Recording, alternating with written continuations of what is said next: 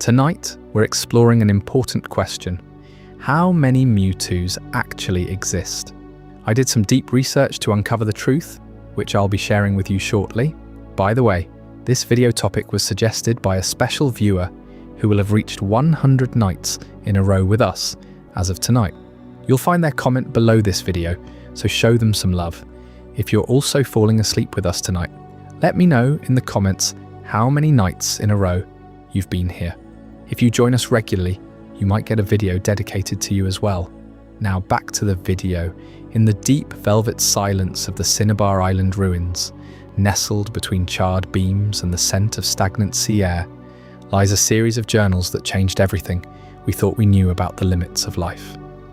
For decades, we have lived with a singular image in our minds, a lone creature pulsing with psychic energy, waiting in the damp darkness of Cerulean Cave for a trainer worthy of its power. We were told it was the ultimate mistake, a one-of-a-kind abomination, born from the hubris of man and the genetic blueprint of a myth. But as we peel back the layers of dust from the laboratory records and look beyond the borders of the Kanto region, a far more complex and unsettling reality begins to emerge. The question of how many Mewtwo's actually exist is not just a matter of counting entries in a Pokédex. It is a journey into the heart of a global conspiracy, a series of moral failures and a fractured timeline that suggests the world's most powerful Pokémon might not be nearly as solitary as we once believed. If you were to ask a casual fan, they would tell you there is only one Mewtwo created by Dr. Fuji, one Mewtwo that destroyed a laboratory, and one Mewtwo that vanished into the shadows. But if you look closer at the evidence, the math simply doesn't add up. We have seen Mewtwo's with different voices, different temperaments, and entirely different origins. We have seen them appearing simultaneously in different parts of the world, some driven by a burning hatred for humanity, and others acting as enlightened guardians of the weak. How can a creature born from a singular, secret experiment be in two places at once? How can its history be rewritten so many times without breaking the very fabric of the world it inhabits? The truth is that the project to clone Mew was never just a single moment in time. It was a Pandora's box that, once opened, could never truly be closed. Tonight we are going to step into the quiet, analytical space of the lore researcher. We're going to move past the surface-level legends and dive into the specific dates, the hidden laboratory logs, and the conflicting accounts across every medium. We will explore the dark corridors of the Pokémon Mansion, where the first cries of a manufactured god were heard on February 6th. We will examine the influence of Team Rocket and the shadow of Giovanni, whose ambition fueled multiple attempts to perfect the imperfect. We will look at the strange case of the Mirage Pokémon, the different entities encountered by Ash Ketchum, and the terrifying possibility that the gene splicing technology used to create Mewtwo was never successfully contained by a single group of scientists. Yeah, this is more than just a search for a number. This is an exploration of what it means to be an original in a world of copies. It is a meditation on the ethics of creation and the weight of an identity that was forced upon a living being. Why does one Mewtwo remember the warmth of a young girl named Amber, while another seems to have been born into a cold, clinical vacuum?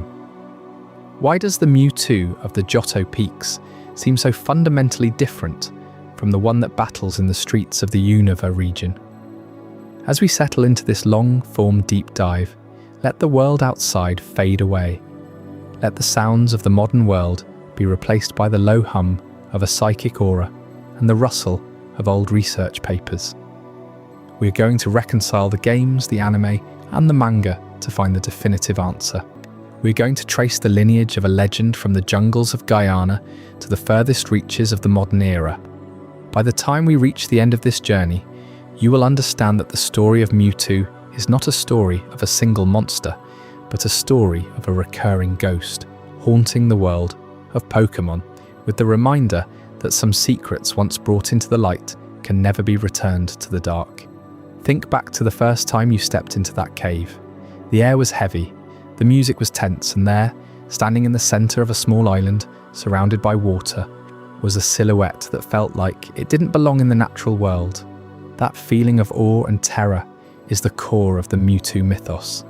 But imagine for a moment that while you were facing that creature, another was being born in a different lab, under a different set of stars.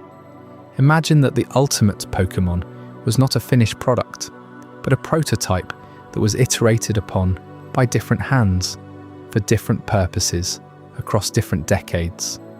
The stakes of this investigation are nothing less than the integrity of the Pokémon timeline itself. If there are multiple Mewtwo's, then the power balance of the entire world is shifted. The isolation we felt in Cerulean Cave was an illusion, and the danger is far more widespread than we ever dared to imagine. As we prepare to uncover the truth, we must be willing to question everything. We must look at the physical differences, the mega evolutions that defy logic, and the telepathic echoes that suggest a consciousness far more fragmented than a single soul. This is the definitive guide to the Mewtwo lineage. This is the deep lore of the world's most tragic hero. This is the search for the real number behind the myth, the singular legend of Mewtwo, that one ultimate clone born from ancient secrets and mad science crumbles right here on the scorched shores of Cineabar Island. You step off the ferry, the salty tang of sea air mixing with the faint, acrid bite of sulfur from the volcano looming behind you. This isn't just any island gym town. It's a graveyard of ambition, where the earth itself rebelled, burying Blaine's laboratory under rivers of lava. But deeper in, past the twisted metal gates, lies the Pokémon mansion. Ruins whisper louder than screams ever could. You push through the splintered doors, your flashlight beams slicing the perpetual twilight. Charred wallpaper peels like old skin, revealing beams blackened by fire that raged years ago. The air hangs heavy, thick with dust motes dancing in your light, carrying the musty scent of forgotten experiments. Footsteps echo unnaturally on warped floorboards, and shadows twist in corners where they shouldn't. Locals call it haunted, not by spirits of the dead, but by the ghosts of what was done here. Vials shattered on the floor crunch underfoot, their labels faded but hinting at serums and splices. You feel watched, as if the walls remember the cries that once filled these halls. Up the crumbling staircase, past rooms where cages hang empty, swaying gently in drafts from nowhere.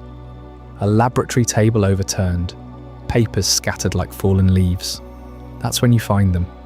The journals, tucked in a half-burned desk drawer, their leather covers warped but intact. Pages brittle yellowed parchment that crinkles like dry bones as you turn them. Handwritten entries, frantic scrawl from scientists who poured their souls into defying nature. These aren't fairy tales, they're the blueprint of a god. And the first pages pull you back to a jungle half a world away. July 5th. Guyana, South America. The scientists hacked through the Amazon's emerald labyrinth, vines thick as pythons, air humming with insects and hidden eyes. Sweat-soaked machetes flashing, they stumbled on it. A flicker of pink in the undergrowth. Mew, no bigger than a kitten, floating effortlessly, its tail curling like a question mark.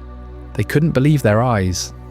Ancient texts spoke of a phantom Pokémon, the ancestor of all, holding the genes of every species in its tiny body. But this was real, flesh and psi energy pulsing. They netted it gently, or so they claimed, its playful curiosity turning to confusion as they transported it across oceans to Cineabar. That date, July 5th, marks the theft of a miracle, the spark that would ignite everything. Just 5 days later, July 10th. Back in the sterile glow of the mansion's labs, under buzzing fluorescent lights that flickered like dying stars, they studied their prize.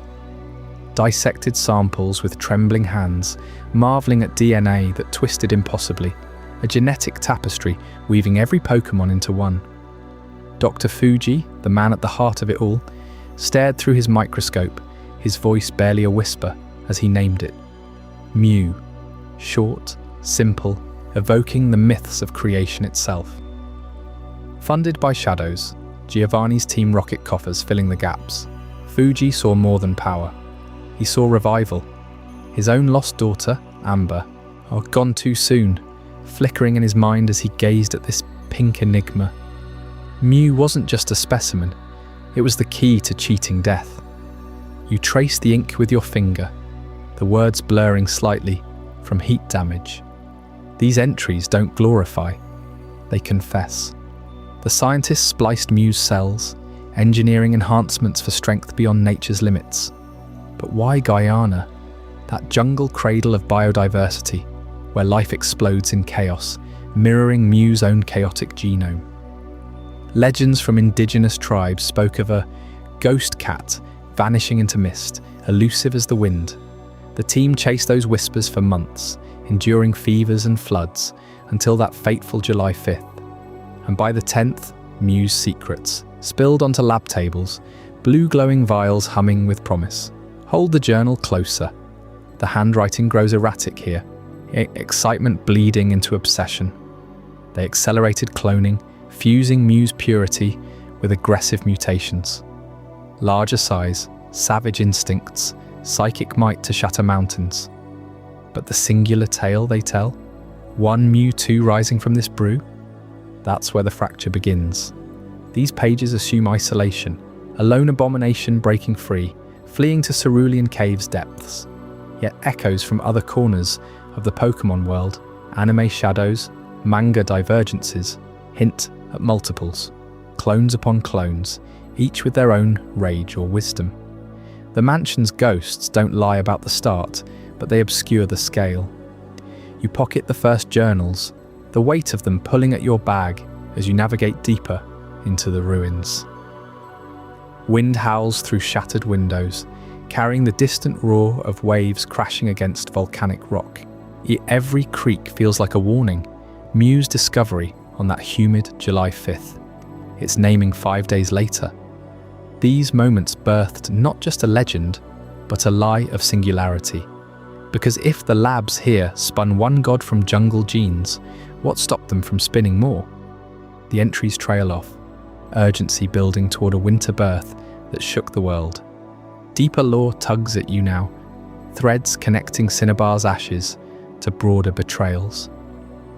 Fuji's personal grief twisted the project, his daughter's face haunting the sterile halls as much as Mew's tale did. Giovanni's funding brought silence, but not containment. The journal's dates anchor it all, precise as a scalpel. July 5th, the find, July 10th, the christening. Yet this is merely the prelude to the chamber, where life was forced anew, the event that unleashed hellfire on these very walls.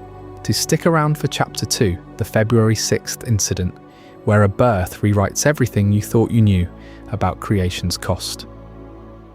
Those yellowed journal pages in the Pokémon mansion don't stop at the thrill of discovery. They leap forward nearly 7 months to February 6th, landing on a claim that defies everything we know about nature. Mew, that elusive pink sprite captured in the jungles of Guyana, supposedly gave birth to Mewtwo. Picture the scientists huddled in the dim glow of their labs, scribbling this milestone with trembling hands. But hold on. Pause right there. Mew didn't birth anything. Not in the way life unfolds in the wild, with gestation, labour, the raw pulse of organic creation. This was no miracle of motherhood. It was a cold, calculated forgery of life itself, a clone stitched together from Mew's stolen DNA. You can almost smell the sterile tang of the Cineabar laboratory air, thick with the hum of centrifuges and the faint ozone crackle of early genetic sequences. Cloning isn't pregnancy. It's a brutal disassembly, taking Mew's genetic code, slicing it apart like a blueprint under a scalpel, then rebuilding it with enhancements no natural Pokémon could endure. Mewtwo wasn't nursed in a womb. It gestated in a vat of nutrient slurry, its cells forced to multiply under artificial lights, bombarded with growth hormones and stability agents to prevent the collapse that dooms most clones. The journals gloss over the failures, the twitching, malformed prototypes that withered before viability, Hundreds of embryos, discarded like failed sketches. By February 6th, though, they had their prize, an embryo stabilized enough to emerge. More as the entry euphemistically puts it, but emergence isn't birth. Birth implies two lives intertwined. This was one life, photocopied and pumped full of steroids for supremacy. Enter Dr. Fuji, the quiet architect behind this nightmare. His name scatters through those mansion diaries like a ghost in the margins, Mr. Fuji to some, the visionary to others. He wasn't just some lab coat in the shadows. He funded the early digs in Guyana himself, driven by a grief that twisted his genius into obsession. His daughter, Amber, gone too soon, her tiny body claimed by illness. Fuji dreamed of conquering death, not just for Pokémon, but for her. Mew's DNA was his holy grail, regenerative, adaptable, a vessel for resurrection. What started as whispers of traditional breeding, pairing Mew with compatible species for a hybrid offspring, shattered under the weight of impatience. Nature was too slow, too unpredictable, so they pivoted to the abyss. Gene splicing. Fuji's team didn't just copy Mew, they invaded its genome, injecting sequences for amplified muscle density, neural overclocks that sparked psychic tempests, skeletal reinforcements to tower over its progenitor. The journals hint at the pivot in frantic notes from late summer. Initial breeding attempts fizzled, eggs barren or infertile. By autumn, the air in the lab shifted. You can feel it in the ink's hurried scrawl. Scalpels gave way to syringes, microscopes to electron guns firing custom plasmids. Horrific doesn't cover it. Mew sedated in a cryogenic chamber. Guy had tissue samples harvested repeatedly. Snips of skin, marrow draws that left psychic scars. They blended in snippets from other Pokémon. Rumours even swirl of human cells in some manga retellings, though the games keep it purer, more Pokémon-centric. The result? A fetus the size of a fist by New Year's, pulsing with unnatural vigour, its tiny form already rippling with power that shorted the monitoring equipment. February 6th dawns in the logs as triumph. The clone hatches, not from an egg but from a reinforced pod splitting open amid steam and alarms. Mewtwo emerges larger than expected, its violet hide glistening under the harsh fluorescence, eyes snapping open with a gaze that pierces souls. But euphoria curdles fast. The first signs of its savage disposition flicker like warning lights. When nurses report telekinetic tremors, beakers shattering unprompted, steel doors buckling inward. Fuji himself notes the anomaly. Subject exhibits aggression beyond parameters. Psychic output at 150% projected. It wasn't gratitude in those eyes. It was fury, raw and primal, forged in the violation of its making. Days blur into chaos. Mewtwo's body swells, muscles coiling like live wires, its mind awakening to the prison of tubes and probes. The journals capture the unravelling. Containment fields fail. Staff scream as they're hurled against walls by invisible forces. One entry, smeared with what might be blood, reads of Mewtwo's roar, a psychic shockwave that vaporizes monitors, twists rebar into pretzels. The Cineabar laboratory, that proud bastion of science nestled in the volcano's shadow, crumbles. Walls shear away, Tiki exposing the island's humid night air. Equipment melts in plasma bursts. Fuji escapes barely, his notes salvaged from the rubble that buries his dreams. Mewtwo doesn't just flee, it eradicates, leaving the mansion a charred skeleton, a tomb for the ambitions that birthed it. Cerulean Cave calls it northward, a sanctuary in the darkness. Yet amid the destruction, questions linger like smoke. Who bankrolled this descent from breeding's gentle hope to splicing's abyss?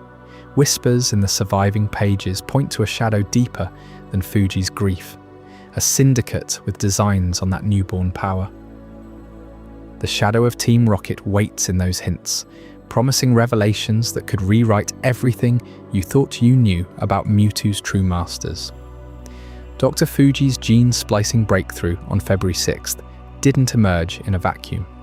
Those sterile labs hidden within the Pokémon mansion demanded resources far beyond one man's grief-fueled determination.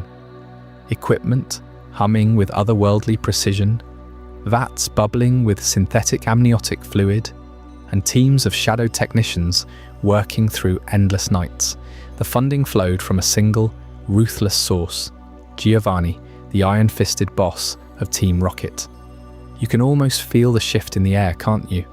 What started as a desperate quest to defy death, Fuji's dream of resurrecting his lost daughter Amber through Mew's miraculous DNA, morphed under Giovanni's gaze. He saw not a miracle of life, but a forge for supremacy. Pouring black market billions into the project, Giovanni twisted the scalpel's edge from science to strategy. The labs expanded, burrowing deeper into Cineabar's volcanic underbelly, where the Earth's own fury mirrored the ambitions brewing above. No longer just cloning, this was weaponization. Mewtwo wasn't meant to ponder its existence in quiet caves. It was engineered to conquer. Giovanni's touch poisoned everything. Researchers whispered of late-night deliveries, crates stamped with the ominous R emblem, loaded with neural suppressants and biomechanical alloys. The project's logs, those charred journals you piece together from the mansion's ruins, hint at it between the lines. Initial notes on Mew's playful leaps in Guyana's jungles give way to frantic scribbles about enhanced obedience protocols. By the time Mewtwo stirred in its tube, eyes flickering open like twin voids, the endeavour had fully transformed. A scientific endeavour, pure and tragic, became Team Rocket's crown jewel, a military machine disguised as evolution. And at the heart of that darkness lay the psychic inhibitor suit. Picture it, a hulking exoskeleton of gunmetal weave and pulsing conduits, forged in secret forges, far from prying eyes. Its core was a lattice of rarest crystals, harvested from Colossian mines, tuned to dampen psionic waves like a chokehold on the soul. Giovanni commissioned it personally, envisioning Mewtwo not as a partner, but a leashed beast. Strap it on, and the clone's godlike telekinesis, capable of shattering mountains, would bend to human command. No more rampages through the facility. This suit turned a living cataclysm into a precision strike force. Tests ran in soundproof chambers, sparks flying as prototypes shorted out under Mewtwo's raw fury, but Giovanni pressed on. It was his masterpiece, Mewtwo, the ultimate weapon collared and deployed against rivals, ready to raise gyms or topple governments. Yet here's where the lore fractures, pulling you deeper into the shadows. In the games, red, blue, those pixelated epics from 1998, the tale stays cloaked in ambiguity. Mewtwo escapes the Cinnabar carnage, vanishing into Cerulean Cave's depths, a lone spectre unbound by Giovanni's grasp. Team Rocket's stain lingers. Sure, the funding, the betrayal, but no direct clash. It's a ghost story, journals fading into legend, with Giovanni's empire crumbling elsewhere in Sylph Company's spires. Mewtwo drifts, free, savage and sovereign, its criminal roots severed clean. The anime spins a darker web. Dive into Mewtwo Strikes Back, that 1998 cinematic thunderbolt, and Giovanni's shadow looms larger, more intimate. There, Mewtwo's cradle is Mount Quina. Not Cinnabar's labs, but the funding trail leads straight back to him. Fresh from the tube, Mewtwo isn't just escaping, it's confronting its maker. Giovanni arrives in person, suit gleaming under storm clouds, deploying that very psychic inhibitor armor in a bid to reclaim his investment. The clone rips it apart, telekinetic fury melting steel like wax, declaring war on its creators. No quiet cave retreat. This Mewtwo clones armies, challenges gods, all while Giovanni's grunts swarm like rats. Later, echoes in Genesect and the Legend Awakened introduce a second Mewtwo, sage-like and scarred, but its origins whisper the same underworld taint. Protection rackets on remote isles, a wary dance with rocket remnants. These divergences aren't accidents. They're deliberate rifts in Pokemon's multiverse. Games paint Mewtwo as a post-game phantom, untethered from crime's grip after its February 6th awakening. Anime thrusts it into the fray. It early bonds with the underworld, forging a vengeful icon. Manga, like Pokémon. Adventures layers in Blaine's human DNA, tying it tighter to Kanto's criminal undercurrents, while spin-offs like Super Mystery Dungeon recast it as a telepathic guardian. Echoes of that inhibitor suit's curse lingering in its megaforms. Giovanni's shadow didn't just fund a birth, it birthed a reckoning. Mewtwo's rage against the suit, that symbol of subjugation, echoes through every iteration, rejecting the weapon it was meant to be, but freedom came at a cost, carving paths that split realities. What happened next on that storm-lashed peak, where the first true Mewtwo claimed its throne? That's the heart of Chapter 4, the first Mewtwo, the sovereign of Mount Quina. You won't want to miss how it all ignited. But as Giovanni's psychic inhibitor suit hung ready in the shadows of the lab, poised to forge this embryonic force into the ultimate weapon, Mewtwo stirred. Its first breath rattled the sterile air of Mount Quina's concealed facility, high in the Andean peaks, where Dr. Fuji had poured his shattered soul into forbidden science. Funded by Team Rocket's Shadow Gold, the project had twisted from resurrection dreams, Fuji's desperate bid to reclaim his lost daughter Amber, into something far darker. Mewtwo's violet eyes snapped open, not with the blank obedience of a tool, but with a piercing awareness that cracked the reinforced glass of its gestation chamber. Those eyes, glowing like fractured amethysts, scanned the humans who had birthed it. They saw not saviors, but jailers. In that instant, the air thickened with telekinetic fury, and alarms wailed as machinery crumpled like foil, walls buckled under invisible pressure, and screams echoed through corridors slick with frost from Mewtwo's nascent cryokinesis. It didn't rage blindly. This was calculated annihilation. The inhibitor suit, shredded before a single clasp could engage. Fuji himself, pale and pleading from his cryogenic vigil, witnessed his creation's verdict. You made me, but you do not own me. Mewtwo fled into the storm-lashed heights of Mount Quina, leaving the lab a smouldering ruin, its creators reduced to echoes in the avalanche. Exile sharpened its torment. Alone on jagged spires where condors wheeled against perpetual thunderheads, Mewtwo grappled with the void at its core. What am I? A flawless copy of Mew, spliced and amplified to eclipse the original. Faster wings, psychic might to rend mountains, and a body armoured in psychic plate. Yet perfection bred isolation. No kin, no purpose beyond the human's discarded blueprint, the strongest Pokémon alive. Memories flooded unbidden, pieced from the lab's psychic residue. Fuji's tear-streaked face whispering of life as a gift. Giovanni's cold ambition graphing power curves. Mewtwo roared into the void, shattering boulders. But the question lingered like mist. If I am superior, why this aching emptiness? That crisis crystallized when it summoned its own court, drawing trainers from across the seas to a floating fortress amid the storm.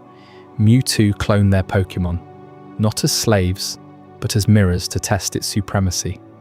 Pikachu begat a Pichu duplicate, Charizard a fierce echo, each infused with Mewtwo's own enhancements. Ash Ketchum arrived, boyish defiance masking his heart, and there, amid crashing waves and lightning-veined skies, Mewtwo confronted its reflection in Mew itself. The ancient, playful progenitor descended, pink tail flickering like a taunt. Battle erupted, psychic beams carving the sea, clones clashing in frenzied aerial wars, the ocean boiling under their strain. As Ash's body turned to stone between the warring titans, Mewtwo paused. In that frozen tableau, doubt pierced its armor. This wasn't supremacy, it was repetition of the creator's sin, cloning life into conflict. Awakening Ash with a surge of restorative energy, Mewtwo uttered words that echoed through its fractured psyche, words born from Fuji's faded regrets and its own hard-won clarity. The circumstances of your birth are irrelevant. It is what you do with the gift of life that determines who you are. Not genetics, not origins, and not the labs that spat you forth. Actions alone carve identity from the chaos. Giovanni descended then, armoured in his own inhibitor shell, demanding his weapon return. Mewtwo's rejection was total. With a gesture, it pulverized the suit, hurling the rocket boss into the depths. No vengeance, just severance, erasing memories from witnesses with a telepathic sweep. Gentle, merciful, amnesia. Mewtwo gathered its surviving clones, loyal shadows who saw in it not a tyrant, but a sovereign scarred by the same birthright curse. They vanished into the horizon, seeking sanctuary where no human hand could reach. This Mewtwo stands apart, a singular soul etched by Mount Quina's tempests. Its memories diverge sharply from the savage fugitive haunting Cerulean Cave's game lore. No Cineabar journals in its mind, no Blaine-tainted cells, just Fuji's paternal ache and the movie's thunderous genesis. Its moral compass, forged in that existential forge, rejects domination outright. Harkening back to No Team Rocket Leash, it embodies self-determination. Protector now, not destroyer. Clones at its side whisper of chosen family, a deliberate inversion of its lonely awakening. Yet whispers persist of further trials, encounters that test this newfound wisdom against old shadows. On distant shores, amid mist-shrouded palms, this sovereign encounters new guardians and old foes alike. But those tales of refuge and revelation, of an island teeming with cloned life under watchful violet eyes, pull us deeper still into the multiplying mysteries. Stay with me as we uncover the island of clones. But Mewtwo, having cast off the chains of its human makers, turned that raw fury inward, toward a twisted bid for validation. No longer just a product of their ambition, it became the architect of its own legacy, summoning trainers to its storm-lashed fortress on New Island under the guise of a grand tournament. There, in the shadow of crashing waves and electric skies, Mewtwo unveiled its experiments, born from the very DNA it despised yet mastered. Picture the sterile hum of its cloned laboratory, hidden deep within the island's core, where vats of glowing amber fluid bubbled like forbidden elixirs. Mewtwo had reverse-engineered the essence of capture technology, forging what trainers would later whisper about in hushed tones, the Mewtwo Ball. These weren't the familiar red and white spheres of Pokeball design. No, these were sleek obsidian orbs, veined with pulsing psychic energy, engineered from Mewtwo's own telekinetic will and spliced with synthetic polymers. They didn't merely contain, they dominated, binding cloned Pokémon with an unbreakable psychic lock, far stronger than any human-crafted device. Mewtwo tested them first on its own likeness, creating lesser echoes of itself, but soon expanded, luring elite trainers with promises of power, only to harvest their partner's genetic codes mid-air. Those trainers, Gary Oak with his confident stride, Misty clutching her water specialists, Brock with his rock-solid team, and even Ash, ever the wide-eyed hero, arrived oblivious to the trap.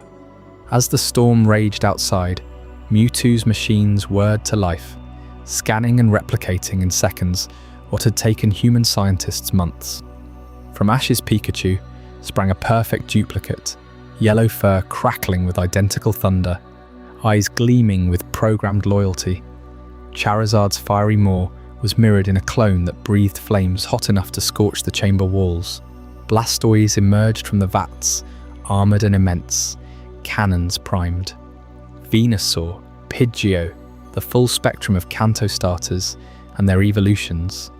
Bulbasaur to hulking beasts, Squirtle to tidal forces, Charmander to infernos, all reborn in Mewtwo's image, stripped of their original bonds, imprinted solely on their creator. This wasn't mere replication, it was ascension, through imitation. Mewtwo watched from its throne-like perch, psychic tendrils weaving through the air, as the clones stirred. They moved with eerie precision, their movements a symphony of stolen instincts, each one a testament to Mewtwo's claim, "I am not just equal to Mew, I surpass the originals." The Kanto starters, those foundational icons of every trainer's journey, now pawns in a god complex, battling their genuine counterparts in arenas slick with rain and regret.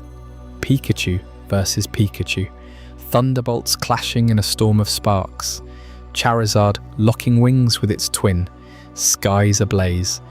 Mewtwo orchestrated it all, forcing the proof of its superiority through spectacle, each victory a psychic affirmation echoing in the trainers' stunned minds. Yet here's the searing irony that cuts through the thunder. A being born from violation, tubes and scalpels carving its existence, now mirroring those very sins to validate itself. Mewtwo, the ultimate clone, cloned others, not out of love or curiosity, but to shout into the void, "See what I have wrought? I am creator, not creation." It preached the gift of life as its own invention, even as it echoed the journals of Cineabar, the gene-splicing horrors it fled. Dr. Fuji had twisted Mew's essence for power. Now Mewtwo twisted the world's Pokémon for the same hollow throne. The clones obeyed without question, their eyes vacant yet fierce, a legion proving that superiority wasn't in birthright, but in domination. But whispers among the vats hinted at fractures, some clones hesitating, glimpsing their original's bonds, a flicker of doubt in Mewtwo's perfect army. As the battles peaked, with Ash's self-sacrifice halting the carnage, his body turned to stone between Mew and Mewtwo, tears from Pokémon hearts reviving him. Mewtwo confronted the abyss of its hubris. The island trembled, clones faltering, the Mewtwo balls cracking under the weight of raw emotion. In that moment, wisdom pierced the rage, and no longer would it drag innocence into its war. With a surge of telepathic might, Mewtwo enacted the Great Erasure, sweeping across the survivors like a psychic fog. Memories dissolved, the tournament's lure, the cloning horror, the cloned armies, all vanished from human minds, leaving only vague dreams of storms and shadows. Trainers awoke adrift, boats righted by unseen hands, piecing together fragments they couldn't grasp. Freed from pursuit, Mewtwo gathered its most loyal clones, the steadfast Pikachu Echo, the armoured Blastoise Guardian, echoes of starters now family, and vanished into the mist. They sought refuge in the hidden sanctuary of Mount Quina, that Andean peak where its own birth had scarred the earth. Tucked in mist-shrouded valleys, a healing lake shimmered under eternal clouds. As its waters infused with restorative energies, Mewtwo had unlocked. There the clones thrived, no longer weapons but wards, building a society apart from human greed. Mount Quina became their Eden, patrols of psychic sentinels warding off intruders, the Mewtwo balls repurposed as gentle homes. Mewtwo ruled not as tyrant, but sage, pondering if creation's cycle could ever break. But whispers from other shores hint at more shadows stirring, guardians rising where least expected. Stay with me as we uncover Chapter 6, the second Mewtwo, the guardian of the Genect, and question if this island exile was truly the end of Mewtwo's divided legacy. But as Mewtwo's cloned army scattered into the shadows of New Island, vanishing like whispers on the wind, the world didn't see the last of its kind. Years slipped by, the echoes of that furious rebellion fading into legend, until a new presence stirred, one that carried the same genetic fire, yet burned with an entirely different light. In the 2013 film Genect and the Legend Awakened, a second Mewtwo emerges from the mists of Sirro Island, its voice soft and unmistakably feminine, a resonant timbre that wraps around your thoughts like silk threaded with steel. This isn't the thunderous roar of the original from Mount Quina. No, this Mewtwo speaks in measured cadences, her words laced with ancient wisdom rather than raw defiance. She dwells in the island's hidden paradise, a sanctuary carved from jagged cliffs and lush canopies, where the air hums with the psychic pulse of Pokémon, seeking refuge from human cruelty. Picture the scene unfolding, a squad of revived Genect Ancient insects, pulled from extinction's grip by misguided science, rampage through the skies, their cannons scorching the earth in blind fury. They crash onto Ciro Island, drawn by an instinctual call, and there she stands, Mewtwo, the guardian, her sleek form silhouetted against the crashing waves. With a gentle wave of her hand, she quells their chaos, her telepathy weaving through their fractured minds like a calming tide. These Genect, tortured in labs, their bodies rebuilt with mechanical hearts, find solace under her watch. She doesn't conquer, she protects, her eyes glowing with a quiet resolve that speaks of battles long won within herself. What seals her as a distinct soul, forged from Mew's essence, yet utterly her own? The voice, for one, feminine, ethereal, a stark departure from the deep, brooding tone of the 1998 original. Then there's her demeanour, where the first Mewtwo shattered mountains in vengeful rage, this one mediates, her psychic barriers shimmering like veils of aurora to shield the innocent. She engages Ash and his friends not as a foe to crush, but as wary allies in a greater dance of preservation. DNA tests in the lore whisper of shared origins, both spliced from that elusive Mew in Guyana's jungles, but her calmer aura, her lack of the original's searing identity crisis, marks her as a parallel creation, perhaps from another lab's desperate ambitions, another Fuji-like dreamer chasing godhood. This shift runs soul deep. The vengeful deity of old, who once declared war on its creators and the world that birthed it, evolves here into a sage-like sentinel, and no more does she question her existence with fists clenched against the heavens. Instead, she embodies purpose found in guardianship. She shelters the Genect leader, the one crowned with a red cannon, guiding it from destruction toward uneasy peace. In the film's climax, as Mewtwo clashes with the original Genect in a storm of psychic fury and laser fire, her power surges not for dominance, but defense, blasting apart threats to her charges, her form twisting through the air with graceful ferocity. Rain lashes the battlefield, thunder cracks like breaking bones, and she stands unyielding, a beacon for the abused and forsaken. Her legacy ripples forward. In Pokémon Journeys, years later, this same serene Mewtwo reappears, teleporting Pokémon straight to Cerulean laboratory in a blink. Her interventions precise and compassionate. Yet even as she shares Sirro Island's secrets with the original Mewtwo, who returns there, recognizing Ash from their shared past, their presences coexist without merging. Two guardians, two voices from the same cloned dawn, proving the labs birthed more than one miracle. Shared helixes twist into separate destinies, one a rebel philosopher, the other a quiet protector, both rejecting the chains of their makers. Feel the weight of that divergence, the genetic blueprint replicated, refined, released into the wilds, each Mewtwo carving its path beyond the scalpel's scar. From savage breakout to enlightened haven, the second Mewtwo redeems the species' shadowed birth, turning laboratory's sins into a shield for the vulnerable. But lurking in the code of creation, another distortion awaits, a flickering illusion born from betrayal and bites. Drift deeper with me into Chapter 7, the Mirage glitch, where a synthetic spectre blurs the line between clone and counterfeit, threatening to unravel every truth we've chased so far. What digital deception hides in the shadows of revenge?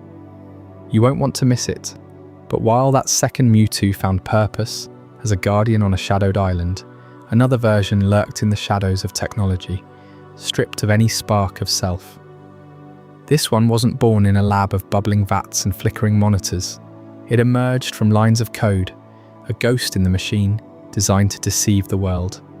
In 2006, a Pokémon special called Mastermind of Mirage Pokémon thrust us into the digital underbelly of Mewtwo's legacy. Dr. Young, a brilliant but vengeful scientist, unveiled his crowning horror, the Mirage system. Picture screens flickering to life across a vast chamber, holograms shimmering into existence like mirages in a desert heat. Young's creation wasn't mere illusion. These Mirage Pokémon moved with uncanny precision, battling real ones with psychic blasts that shattered stone and warped reality itself. At the heart of it all pulsed the Mirage Mewtwo, a towering purple spectre whose eyes glowed with cold, programmed malice. Young's backstory seeps with bitterness. Once a promising researcher alongside the likes of Dr. Fuji, he watched his work on Pokémon holography get dismissed as fantasy. Fueled by grudge, he toiled in secret, reverse engineering data stolen from the Cineabar labs. Mewtwo's genetic blueprint, that forbidden sequence of dominance, became his foundation. But here's the chill. He didn't clone flesh, he digitized it. The Mirage Mewtwo wasn't grown in a tube. It was compiled from algorithms mimicking every psychic surge, every telekinetic twist, pulled straight from scanned records of the original's rampage. This digital puppet lacked everything that made its predecessors rage against their chains. No soul tormented by questions of existence, no sentience wrestling with the gift of life. Just obedience, a weapon without will. Young commanded it like a remote drone, its massive form materializing on command to crush intruders or outwit rivals. In the special, it faces off against the real Mewtwo from Mount Quina, the one we met back on that stormy clone island. Their clash isn't just power against power, it's life against lifeless mimicry. The original Mewtwo senses the void immediately, a hollow echo of its own essence, and shatters the illusion with raw psychic fury. Think on that terror for a moment, a Mewtwo without the fire of rebellion, without the philosophical fury that drove it to topple labs and reject Giovanni's leash. This version exists only to serve. Its every blast an echo of data points. Young punched into his servers. Ash and his friends infiltrate Young's fortress, screens fracturing under assault, holograms flickering out like dying stars. Yet the Mirage Mewtwo persists, reforming endlessly until its core is fried. What lingers is the implication. Mewtwo's power isn't chained to biology anymore. It's in the data, replicable, scalable, unstoppable. Why does this glitch in the lore hit harder than any escape or clone army? Because it proves the true danger lies in the blueprint itself. Physical Mewtwo's can flee to caves or islands, or forge uneasy peace, but data, that slips through firewalls, uploads to clouds, iterates in secret servers worldwide. Young's system suggests anyone with the right code could summon a legion of these puppets. No gestation tanks required. Mewtwo's DNA, once a guarded secret in ruined mansions, now floats as potential apocalypse in digital form. One leak, one hack, and the skies fill with soulless psychics, enforcing whatever twisted vision their masters dream.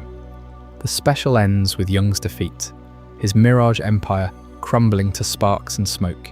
The real Mewtwo departs, wiser perhaps to the shadows of its replicated soul. But the glitch remains. How many coders lurk today, tweaking those algorithms in basement labs? The Mirage Mewtwo wasn't alive, but its ghost haunts every Pokémon game with online features. Every AR filter teasing holographic battles. It's a warning etched in pixels. The most powerful Pokémon isn't the body. It's the information that births it, endlessly, without mercy or memory. And as we peel back these layers of duplication and deception, the trail leads to an even darker vein in the lore. In the manga's twisted pages, Blaine's blood flows into Mewtwo's veins, a secret infusion that binds gym leader to monster in ways no one saw coming. What personal price did Blaine pay to track his own creation? Stick around for Chapter 8, the manga's dark secret, Blaine's blood. You won't believe the cost. But what if that digital puppet, stripped of any spark of self, was just one twisted echo of a far more intimate horror? One where Mewtwo wasn't born from pure myth, but from the stolen essence of a man you thought you knew? But in the shadowed pages of Pokémon Adventures, the timeline fractures again, pulling us into a version of events where Mewtwo carries not just the ghost of Mew, but the pulsing blood of humanity itself.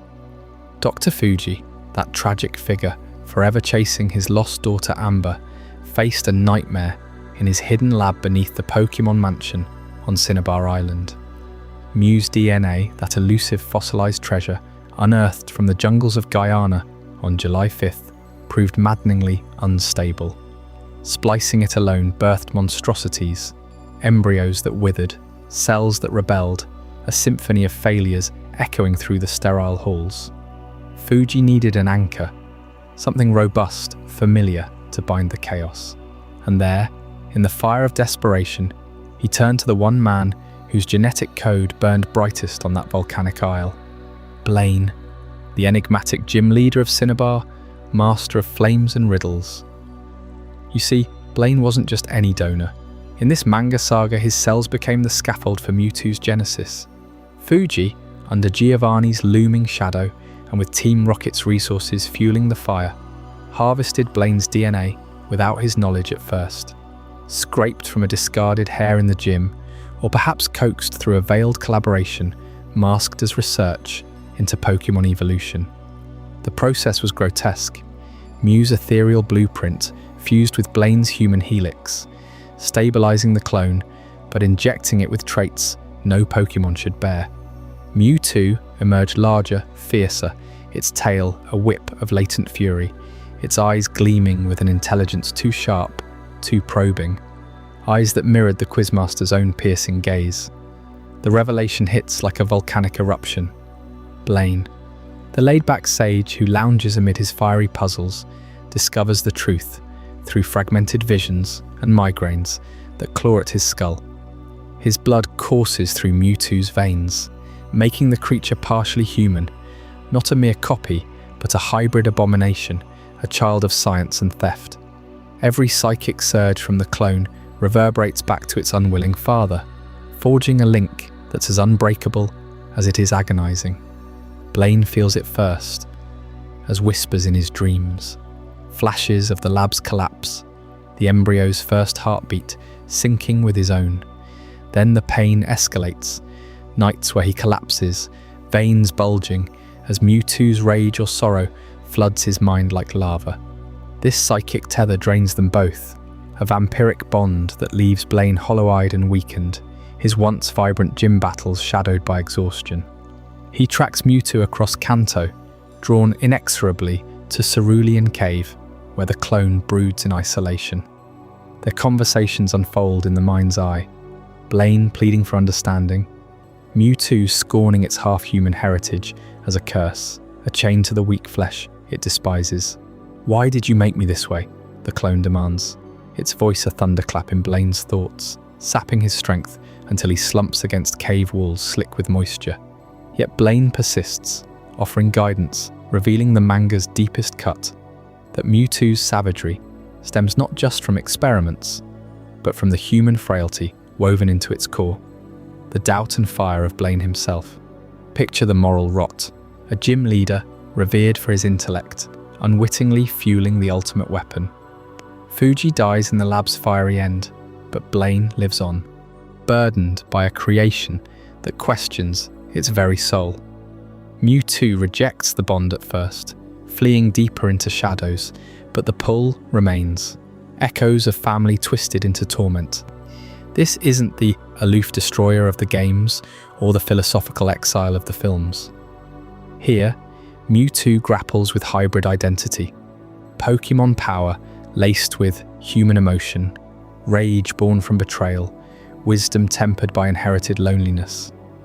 Blaine's blood ensures Mewtwo evolves beyond mere beast, pondering purpose in ways that chill the spine. Am I monster, or something worse? The drain intensifies during Mewtwo's rampages. When it clashes with trainers or evades Team Rocket, Blaine writhes in his gym, flames flickering unnaturally as psychic feedback sears his nerves. He confides in Red, the silent protagonist, urging the boy to confront the clone not as enemy, but as kin. Their eventual meeting in the cave becomes a catharsis, Mewtwo unleashing torrents of telekinesis that Blaine barely withstands, the link forging a fragile truce. Yet the horror lingers. Mewtwo's partial humanity dooms it to eternal conflict, forever at odds with its origins. And as Blaine staggers from that cavern, forever marked by the blood he shares, Deeper mysteries beckon from the darkness Mewtwo calls home. Stick around for Chapter 9, the Cerulean Cave Enigma, where we unravel what lurks in those watery depths, waiting to redefine everything we thought we knew about the ultimate clone's final sanctuary. But while the manga's Mewtwo carries the tainted echo of Blaine's human essence, pulsing through its veins like a shadowed inheritance, the original game canon paints a purer, a more primal horror, one untainted by mortal cells, born solely from Mew's ancient DNA, twisted into something godlike and unbound. In the scorched ruins of the Pokémon mansion on Cineabar Island, hidden journals whisper the raw chronology of its birth. On July 5th, deep in the steaming jungles of Guyana in South America, scientists unearthed Mew itself, that elusive fossil of legend, its pink form darting through vines like a living myth. Just 5 days later, on July 10th, they christened it Mew, capturing its genetic blueprint in chilled vials. Months of relentless splicing followed, engineers layering enhancements onto Mew's helix until, on February 6th, the embryo stirred. Mewtwo emerged not as a child, but as a colossus, grey-skinned, armoured in psychic fury, its eyes burning with the agony of accelerated growth. Dr. Fuji, as the haunted architect behind it all, poured his grief into those tanks, dreaming of resurrecting his lost daughter Amber through the miracle of clones. Funded at first by Giovanni's Cold Team rocket coffers, the project spiraled into torment. Mewtwo's body swelled unnaturally large, its mind fracturing under waves of pain from the horrific procedures etched in those faded pages. Savage instincts clawed to the surface, a feral rage that shattered containment fields and incinerated the lab in a psychic inferno. It fled into the night, a newborn apocalypse vanishing from Cinnabar's smouldering shores. Where did it go? Not to some sunlit island paradise, or a cloned utopia, as the anime dreams suggest. No, this Mewtwo burrowed into the Earth's forgotten wounds, the lightless bowels of Cerulean Cave, and north of Cerulean City in the heart of Kanto. You know the place, that post-game labyrinth, unlocked only after you've claimed the champion's throne, beaten the Elite Four, and etched your name into the Hall of Fame. The cave's entrance yawns like a scar above the churning waves, its depths choked with mist, and the guttural cries of wild Pokémon prowling at levels 50 to 70. Gyarados coiling in subterranean pools, the hulking silhouettes of Raiden cracking stone, Alakazam warping reality with spoons bent like accusations. And there, at the core of this monster-filled abyss, lurks the game's Mewtwo. Level 70, a psychic juggernaut with moves like Psychic Recover, Barrier, and Swift. Unyielding, mechanical in its assault, no grand speeches echo from its maw. No philosophical thunder about the gift of life or the chains of creation. This Mewtwo is mute, a ghost in its own skin, its tail lashing silently as it hurls you into battle without preamble or mercy. You feel the weight of its isolation in every dodged blast, every failed capture attempt before it vanishes back into the gloom, leaving you to wonder if it even registers your existence. Why this silence? Why the feral crouch amid thrashing titans that could rend a lesser creature apart? The anime Mewtwo's evolve into sages and guardians. Mewtwo number 1 from the first movie, cloaking itself in wisdom after Ash's tears awaken its heart. Mewtwo number 2 from Genesect's era, sheltering the broken on Sirro Island with a voice like velvet thunder. They speak, they philosophize, they build fragile alliances. But the game's original? It's a relic frozen in birth pain, rejecting all contact, all kinship. Perhaps the raw game lore traps it in perpetual infancy, its mind scarred too deeply by Fuji's tubes and Giovanni's ambitions, never healing into sentience. Or maybe it's deliberate isolation, a psychic fortress against the world that birthed it, warding off trainers like you who stumble in as conquerors, Pokeballs gleaming with the same hubris that forged it. Survival in that cave defies reason. A fresh escapee, lab weakened, plunges into a gauntlet where wild encounters hit like earthquakes. Golbat swarms, draining life in toxic bursts. The relentless grind of Machamp fists, even rare Machokes, evolving mid-fight into something unstoppable. How does Mewtwo endure? Its journals hint at god-tier power from the start, psychic blasts that leveled the mansion, and a body engineered to eclipse Mew's whimsy. With raw dominance, it claims the cave's heart as territory, bending wild minds to uneasy truce or shattering challengers who encroach. No clones attend it here, no loyal Pikachu or Primapes, just solitude, the drip of water on stone, and the low thrum of psychic energy warping the air thick enough to taste. You can almost sense it waiting in the final chamber, purple aura flickering against obsidian walls, slick with condensation. Trainers who've caught it speak of the grind, the Ultra Balls shattering, the Master Ball's desperate arc finally succeeding after hours of attrition. Yet, even captured, it broods in silence on your team, a level 70 enigma that never utters a cry of triumph or defeat. Is this the true progenitor? The unaltered clone from which all others diverge? Or a parallel shadow, feral, because the games demand an untamed endgame trial, unsoftened by movie redemption arcs? This cerulean beast forces us to question the multiplicity we've traced, from Mount Quina's sovereign to Blaine's blood hybrid. Does its muteness mask a deeper fracture, a psyche shattered before it could form words? The cave guards that secret, its shadows swallowing answers as readily as it swallows light. And as we claw our way out of Cerulean's depths, gasping from the battles that nearly broke us, the fractures in Pokémon's timeline widen further. In Chapter 10, Parallel Realities and the Multiverse Theory, we'll unravel how these clashing Mewtwo's, feral cave lurker, eloquent island protector, soulless Mirage, might coexist across splintered worlds, forcing you to rethink every encounter you've ever had. Or what if they're all real, staring back from infinite reflections? Stick around, the truth only gets wilder. Before we dive deeper into this incredible journey, I'm curious, where in the world are you watching this from? Drop a comment below and let our global community know. And if you're finding this as mind-blowing as I am, hit that like button to help more people discover this story. That silent guardian in Cerulean Cave, the one from the original games who snarls from the darkness without a word, feels worlds apart from the wise protectors we've met elsewhere.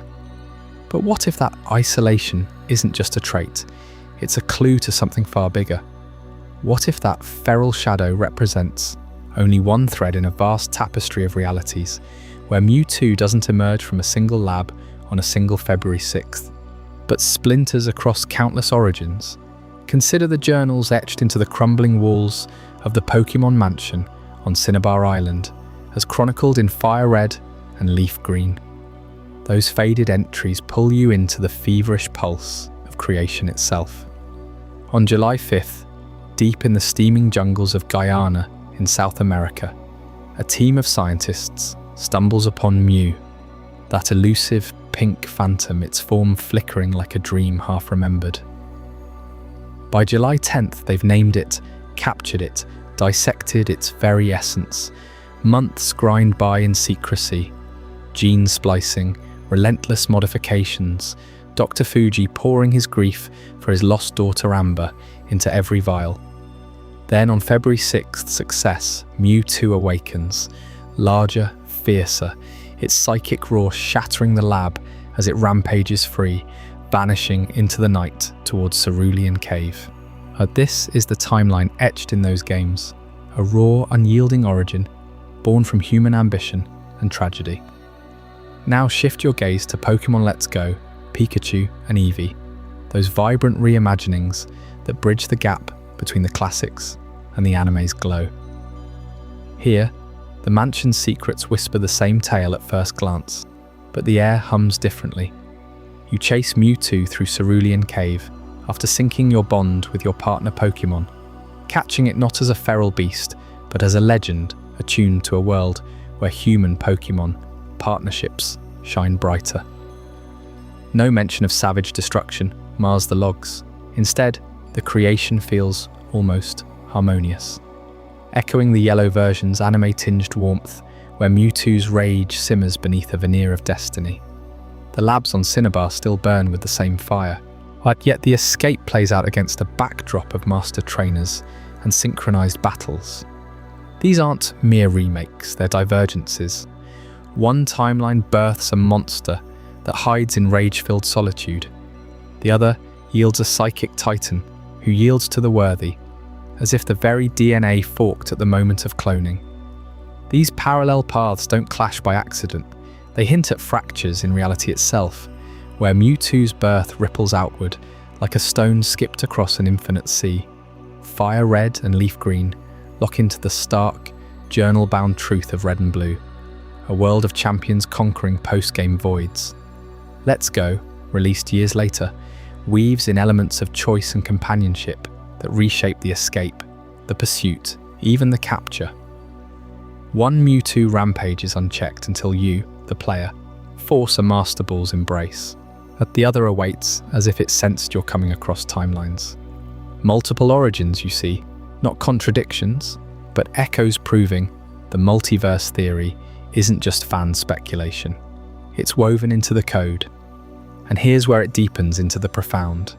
Every save file you start, every new game plus you launch, spins a fresh universe. That first playthrough of Fire Red, your Mewtwo, cloned on that fateful February 6th, levels up under your command, its IVs perfect or flawed by chance. Delete the file, start anew. Another Mewtwo stirs in its tube, its psychic fury tailored to this reality's random seed.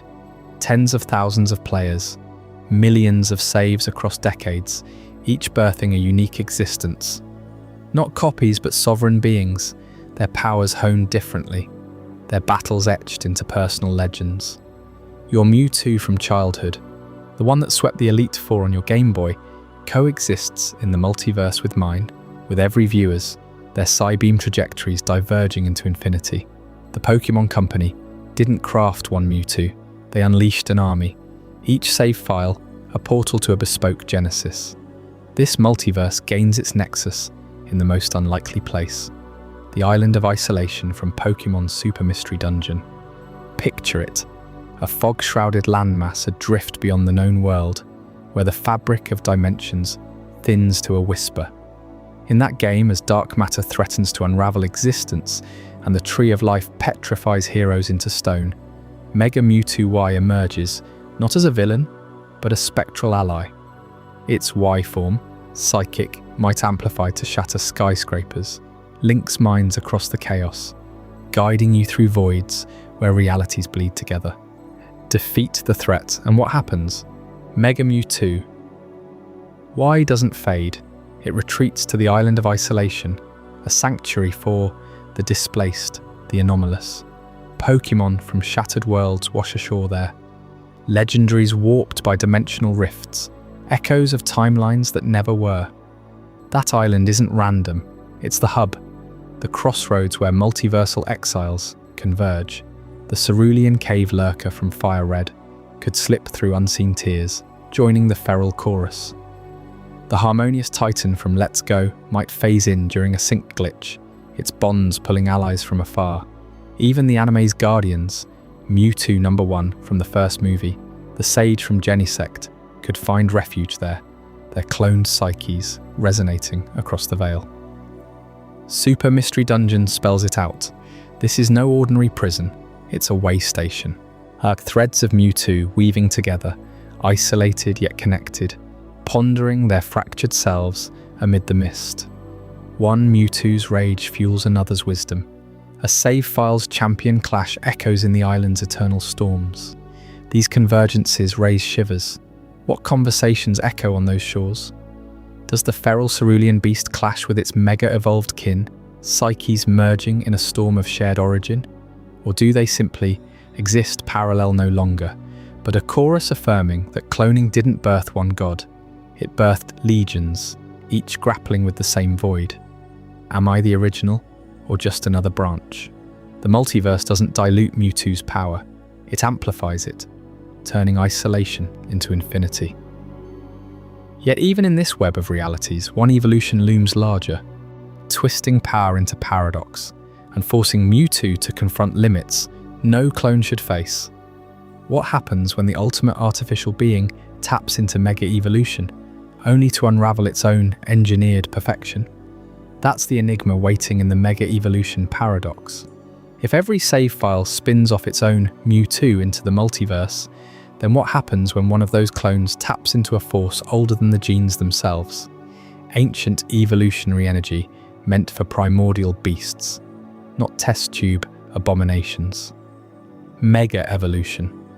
The ultimate paradox for a creature born in a lab on February 6th, pieced together from Mew's stolen lash of DNA and human ambition. How does something artificial, savage from the cradle, unlock a power that's supposed to surge through bloodlines forged in the Earth's fiery dawn? Consider the strain on its body, had that cloned frame pushed beyond design specs.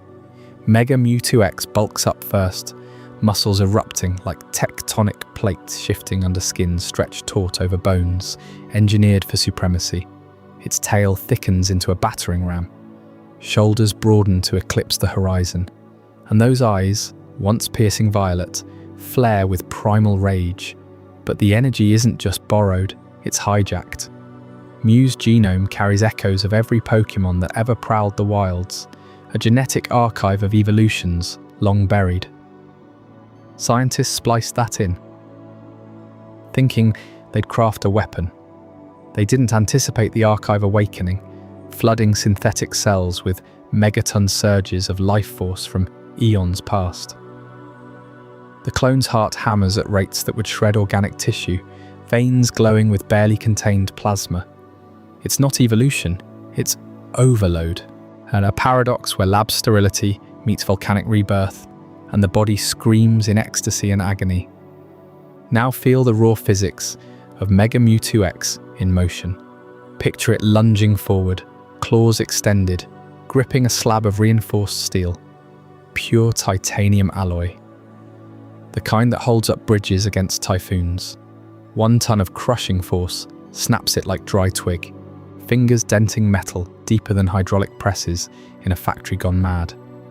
That's no exaggeration from the Pocken tournament data logs, where its grip strength clocks in at over 1 metric ton, enough to pulverize boulders into dust clouds that choke the air. And speed? It blurs across 100 meters in just 2 seconds, outpacing cheetahs on the savannah, defying the square cube law that should collapse its mass into inertia. Air resistance parts like water before a shark's fin, shockwaves ripplings outward as it closes distances that should take eternities. This isn't speed, it's temporal defiance, the clone warping momentum through psychic reinforcement of its frame, turning potential energy into a streak of violet fury that leaves craters in the earth. Shift to Mega Mewtwo Y, and the paradox deepens into the mind's abyss. No bulging physique here, just sleek, elongated menace, horns curling like psychic antennae attuned to the cosmos. Its power isn't fists or feet, it's thought made cataclysm. A single mental pulse and skyscrapers tremble.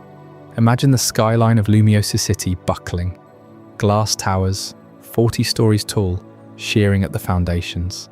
Concrete cascades in avalanches, steel girders twisting into pretzels as telekinetic waves dismantle the structures atom by atom.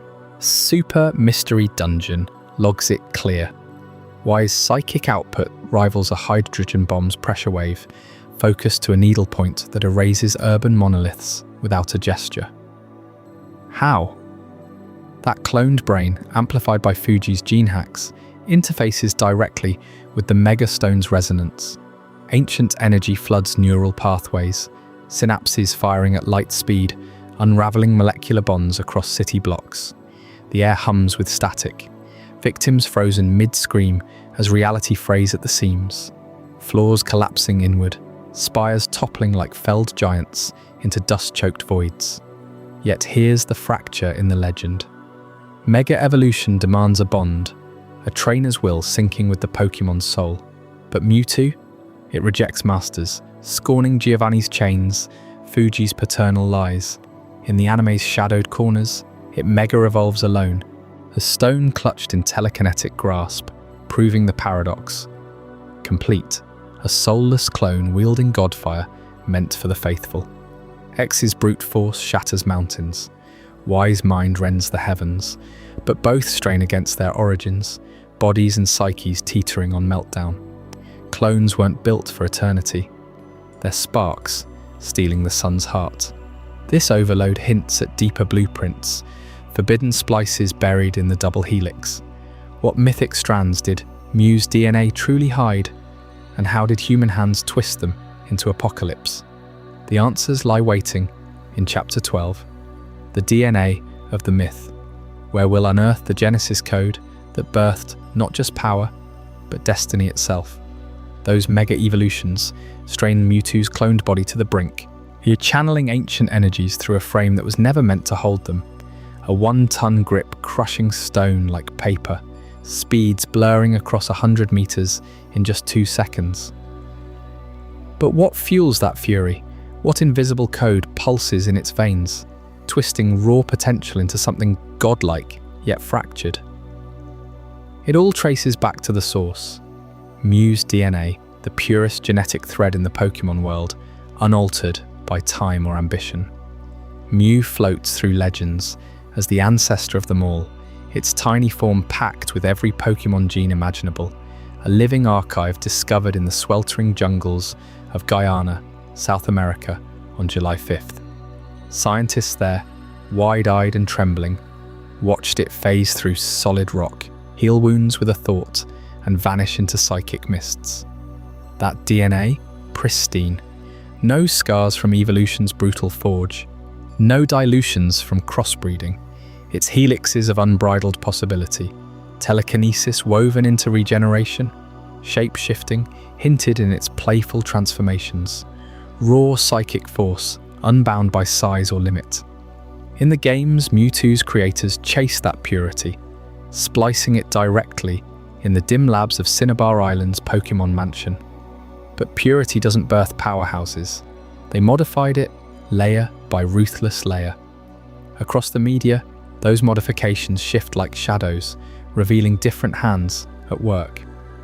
In the core games, red, blue, fire red, leaf green, the journals etched into those charred walls spill the truth. Dr. Fuji and his team didn't just copy Mew, they amplified it. Genes for muscle density pumped up exponentially. Neural pathways hypertrophied for psychic dominance. Growth hormones flooded to dwarf Mew's kitten-like frame into a towering violet behemoth. The Cinnabar entries detail the fluids they brewed for the splicing, a viscous cocktail of recombinant enzymes suspended in a saline buffer laced with synthetic nucleotides. Imagine it, glow under ultraviolet lamps, bubbling with proprietary catalysts derived from rare Ekans venom and ghastly ectoplasm, designed to force Mew's genes into unnatural bonds. Pages yellowed by fire describe the pH shifts, the precise molar concentrations of lithium salts to stabilize the double helix during infusion. One entry, dated February 6th, notes the embryo's first twitch. Subject exhibits accelerated mitosis, but instability in the 30th chromosome pair, risk of cascade failure. That instability haunts every version of Mewtwo. In the anime's first movie, Mewtwo number 1 emerges from a tank of the same iridescent slurry, its eyes snapping open with a scream that shatters glass.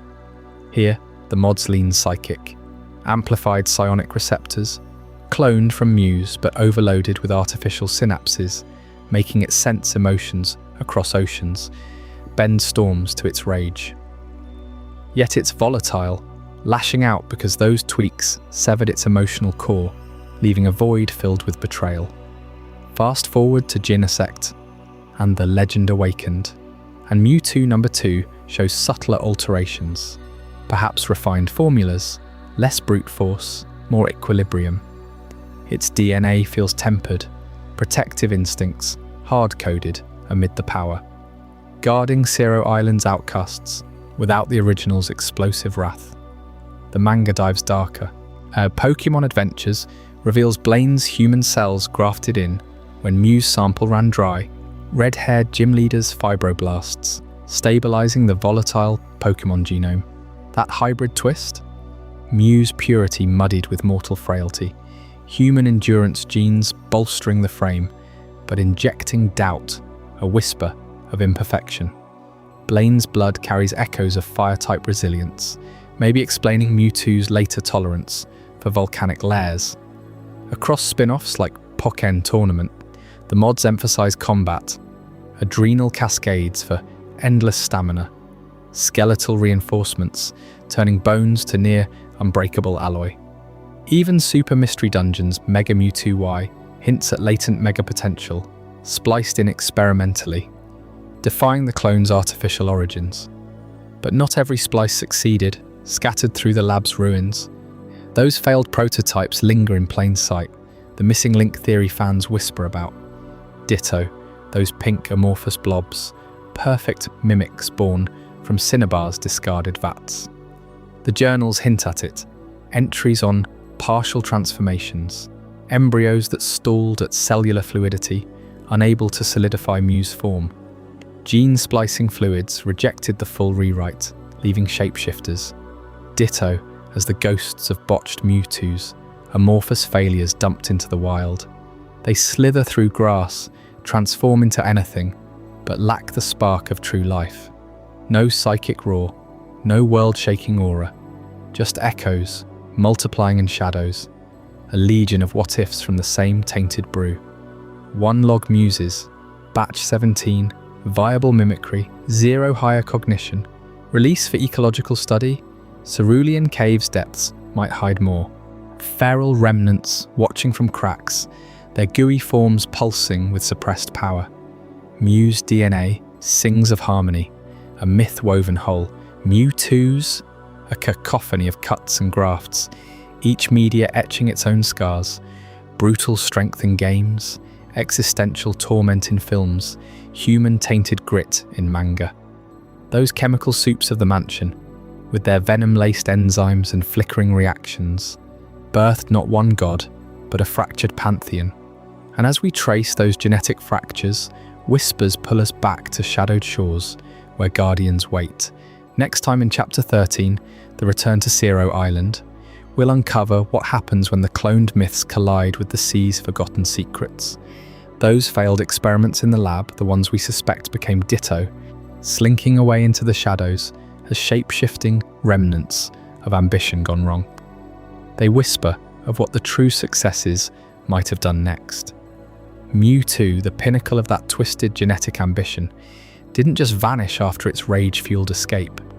No, it sought solitude, a place to ponder its fractured existence, far from human eyes. And in the anime's sprawling tapestry, that path leads us straight back to Sirro Island, a mist-shrouded sanctuary where the waves crash like forgotten memories against jagged cliffs.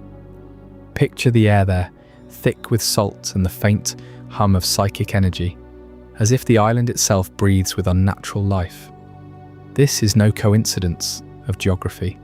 Sirro Island first emerged in the spotlight during Genect and The Legend Awakened, that 13 movie from 2013, where a different Mewtwo, a sage-like guardian we call Mewtwo number 2, tended to Pokémon scarred by abuse. Cloaked in calm wisdom, it shielded them from the world's cruelties, its tail flicking like a sentinel's blade. But fast forward to Pokémon Journeys, episode 132, aired in 2021, and the island calls back the original.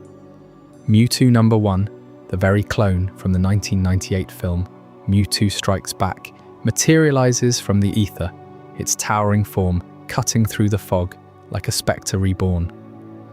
Ash Ketchum and Go stumble upon this reunion by chance, or so it seems. Their boat slices through turbulent waters, drawn by reports of vanished Pokémon, only to wash ashore on Sirro's hidden coves. The ground trembles subtly underfoot, vines parting as if commanded, revealing a labyrinth of crystal caverns pulsing with azure light. There, perched on a throne of weathered stone, eyes glowing with the weight of decades, waits the first Mewtwo. Its armor gleams under fractured sunlight, filtering through canopy tears, scars from old battles etched faintly into its hide. This isn't some feral beast from Cerulean Cave's depths. This Mewtwo speaks, its voice a resonant echo in their minds, laced with recognition that stops Ash cold. "You've grown," it intones, those 3 words hanging heavy, bridging 23 years of absence. Ash, frozen in boyish wonder, stammers back, memories flooding of that fateful storm on New Island, the cloned paradise shattered by Mew's fury. His own body turned to stone in a desperate bid for peace. Mewtwo confirms it outright. No evasion, no cloak of anonymity. It admits to watching from the shadows, a silent observer to Ash's odyssey across regions, from Kanto's gyms to Alola's trials. Decades, it says, tracking the boy who once defied its god complex, who proved through tears and revival that life transcends creation's cold design. Feel the chill of that revelation. Mewtwo, born February 6th, after months of jungle hunts and mansion horrors, didn't flee to isolation out of spite alone. It evolved, or perhaps remembered the lesson Ash etched into its psyche. True strength lies not in domination, but protection. On Sirro Island, it mirrors Mewtwo No. 2's role, gathering Pokémon weary from battles, gene sect raids, human neglect. Armoured birds nest in its shadow, water types shimmer in geothermal pools. It safeguards with barriers invisible to the untrained eye. Yet this is the original, teleported in during the Genect clash, now anchoring the island as its eternal warden. Go senses the psychic web first, a vast, invisible net spanning oceans, pulling in the lost. This encounter doesn't just reunite old foes turned reluctant allies, it welds the 1998 movie's raw, existential fury into the modern anime canon, like spliced DNA made whole. Back then, Mewtwo erased memories, sailed off with its clones to an uncharted haven, vowing self-determination. Journeys reveals that havens echo in Sirro, proving the timeline intact. No retcon, no dismissal, as what if. Ash's influence lingered, softening the clones' savage hearts over years of unseen vigil. Imagine the nights Mewtwo spent aloft, psychic senses attuned to a trainer's improbable victories, questioning its own path. Did it witness Pallet Town sunrises, shadowed league triumphs from cloud-veiled peaks? The confirmation hits like a psychic blast. Yes, every step a testament to bonds forged in cloned chaos. Layer by layer, Sirro peels back Mewtwo's armour. It spars with Ash's Lucario, not to crush but to test growth. Blasts carving furrows in stone, yet pulling short of harm. Conversations unfold telepathically, probing Ash's unyielding spirit. Go's curiosity mirroring young trainers Mewtwo once despised. The island's core, a geothermal heart throbbing with Mewtwo's power, yields secrets. Cloned Pokémon from the old war, evolved and free, roaming feral paths. One even bears Pikachu's markings, a ghostly nod to that first betrayal. As they depart, Mewtwo's farewell lingers. Keep believing, a full circle echo from the film, where Ash's faith thawed its isolation. This return cements Mewtwo's multiplicity, while honouring its singular soul. The game version lurks feral in caves, but anime's original watches, waits, protects. Sirro Island becomes the nexus, where shadows of Dr. Fuji's lab meet Journey's horizon, proving clones don't fade. They endure, shaped by the lives they touch. And as Ash sails away, the mist swallows Mewtwo once more, but not before planting seeds of deeper anomalies lurking in tournament arenas, where psychic might twists into spectacle. Next, in Chapter 14, the Pocken tournament anomaly, we unravel how this guardian clone steps into fighting rings across dimensions.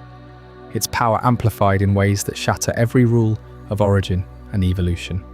Stay with me, because what happens when Mewtwo trades shadows for spotlights will redefine its entire legacy.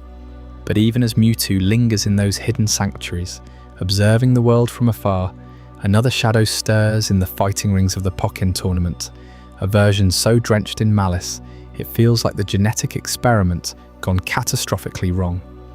This anomaly emerges in the neon glow of Ferrumtown's colossal arena, where Pokémon warriors clash not in wild battles, but in structured spectacles, their powers amplified by an otherworldly force called synergy. Shadow Mewtwo doesn't just fight here, it dominates.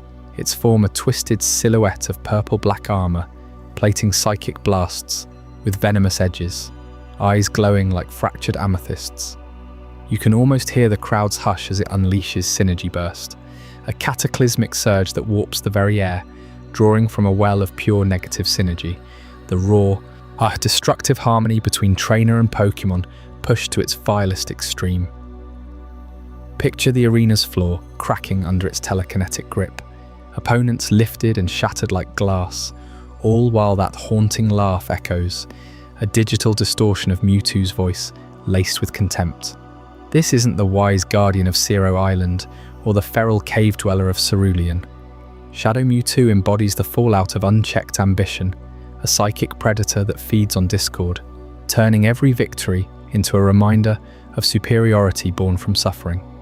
At its core pulses the Synergy Stone, a crystalline artifact unearthed from Ferrum's ancient ley lines, infused with Gaia energy, the primordial life force said to bind all Pokémon to the planet's heartbeat.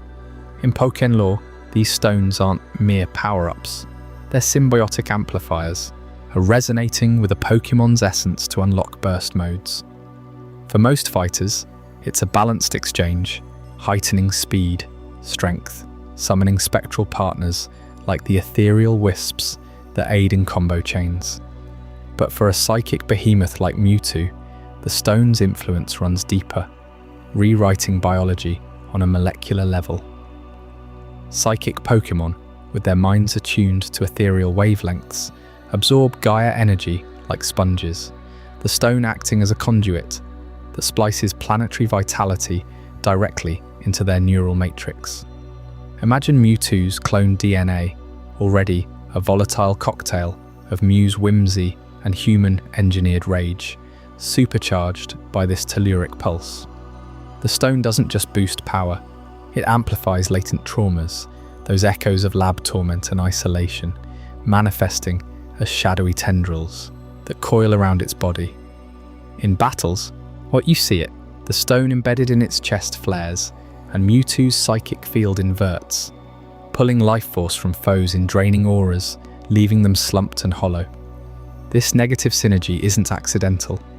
Pocken's narrative whispers of corrupted stones, tainted by human greed or rival factions in Ferrumtown, twisting the Gaia's gift into a curse.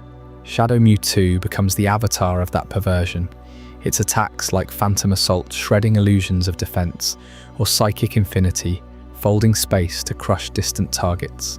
The energy courses through its veins, bulging muscles under translucent skin, psychic barriers shimmering with dark veins, biology pushed beyond cloning limits into something symbiotic, almost parasitic. So, is this Shadow Mewtwo a distinct entity, another clone slipped from some forgotten rocket facility, or a corruption of the original? The tournament's lore leans toward the latter, portraying it as Mewtwo ensnared by a flawed Synergy Stone during a high-stakes exhibition match gone awry. Ferrum's archives hint at a dimensional rift in the arena, a tear where Gaia energy bled unchecked, latching onto Mewtwo mid-battle. The result? A bifurcated psyche, the noble seeker splintered, one half retreating to caves and islands, the other consumed by the stone's hunger, forever chasing dominance in endless tournaments. Clues pile up in the gameplay itself. Shadow Mewtwo's moveset mirrors, core Mewtwo's, Strike, recover, but inverted, healing becomes siphoning, barriers become crushing voids. Its victory pose, arms crossed in defiant glory, amid swirling shadows, echoes the first movie's arrogant clone. But yet the stone's glow suggests ongoing mutation. Psychic biology under Gaia strain warps uncontrollably. Neural pathways overload, fostering aggression as a survival reflex. Failed experiments in the mansion. Journals speak of early clones dissolving under stress. Mewtwo's resilience lets it endure, but at the cost of purity. Delve into the stone's origins, and the anomaly sharpens. Gaia energy, drawn from Ferrum's subterranean crystals, mimics Mew's new Genesis genes, that mythical adaptability. For Mewtwo, it's poison ivy on a fresh wound. The clone's modified DNA rejects the influx partially, creating a feedback loop. Purple aura spikes, body elongates into armored menace, mind fractures into vengeful id. Tournament announcers describe it as the Dark Mirror, a Pokémon that entered as legend and emerged as nightmare. At its synergy burst a vortex sucking light from the stadium, foes' energies fueling its rampage. Witnesses in Pocken DX lore, remixed arenas and expanded backstories recount how Shadow Mewtwo vanished post-tournament, only to resurface in shadow matches, stone pulsing brighter each time. Is it evolving toward annihilation, Gaia energy eroding its clone soul, or calling to its counterparts across realities, a beacon for the multiverse's lost Mewtwo's? The ferocity hints at separation. No recognition of Ash, no philosophical restraint, just primal conquest. Yet ties bind it back. Mega Mewtwo-wise skyscraper-rending psychics find parallel in Shadow's Infinity Blasts. The one-ton grip of X echoes in its ground-pound finishes. Perhaps the Pocken anomaly is the what-if. What if cerulean isolation bred not wisdom, but weaponized despair, amplified by alien crystals? Psychic Pokémon biology, fragile under cloning duress. Splinters under such synergy. Enzymes cascade, telomeres fray, turning God into demon. As the arena lights dim and Shadow Mewtwo fades into ether, one question lingers amid the echoes. What tool could possibly contain such a force, a sphere of absolute mastery that bends even legends to will? That's the enigma we'll unravel in Chapter 15. The ethics of the Master Ball, where the morality of capture collides with Mewtwo's unbreakable spirit. Shadow Mewtwo's rage, that swirling vortex of Gaia energy, twisted into something unrecognizably dark, forces us to confront the raw peril of unleashing a being like this without restraint. What happens when power like Mewtwo's spirals beyond control, not just in shadows of a tournament arena, but in the hands of those who dare to claim it? Enter the Master Ball, the singular device engineered not merely to capture, but to subjugate a god among Pokémon, a clone forged in defiance of nature itself. Sylph Company's gleaming towers in Saffron City hid more than corporate ambition during those turbulent days of the Kanto region. Deep within their labs, parallel to the clandestine horrors unfolding on Cineabar Island, researchers toiled under the shadow of Giovanni's influence. The Mewtwo project demanded a failsafe, a vessel capable of binding the unbound. Journals from the Pokémon Mansion whisper of it indirectly. But Sylph's internal memos, leaked in the chaos of Team Rocket's takeover, reveal the truth. They weren't just iterating on Pokeballs, they were racing against the embryo's awakening. So by splicing Mew's elusive DNA with aggressive enhancements, Dr. Fuji and his team birthed a psychic juggernaut whose raw psychic output could shatter reinforced containment fields. Standard Pokeballs? Laughable. They crumpled like foil under Mewtwo's telekinetic fury during early tests. Sylph's engineers, privy to preliminary data funneled through Giovanni's network, pivoted overnight. The Master Ball wasn't an afterthought. It was conceived in tandem, its purple-hued shell a direct countermeasure to the very monster they helped midwife. Picture the sterile hum of those Sylph labs, air thick with ozone from prototype failures.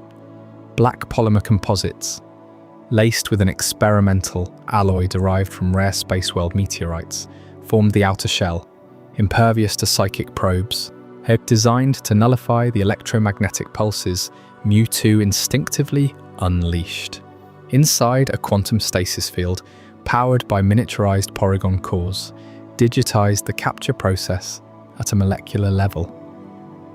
No flash of red light, no gentle sway of success. The Master Ball clamped shut with hydraulic finality, converting the target's essence into a compressed data stream, frozen in eternal limbo. 100% capture rate, they boasted, in classified reports dated just months before Mewtwo's February 6th birth.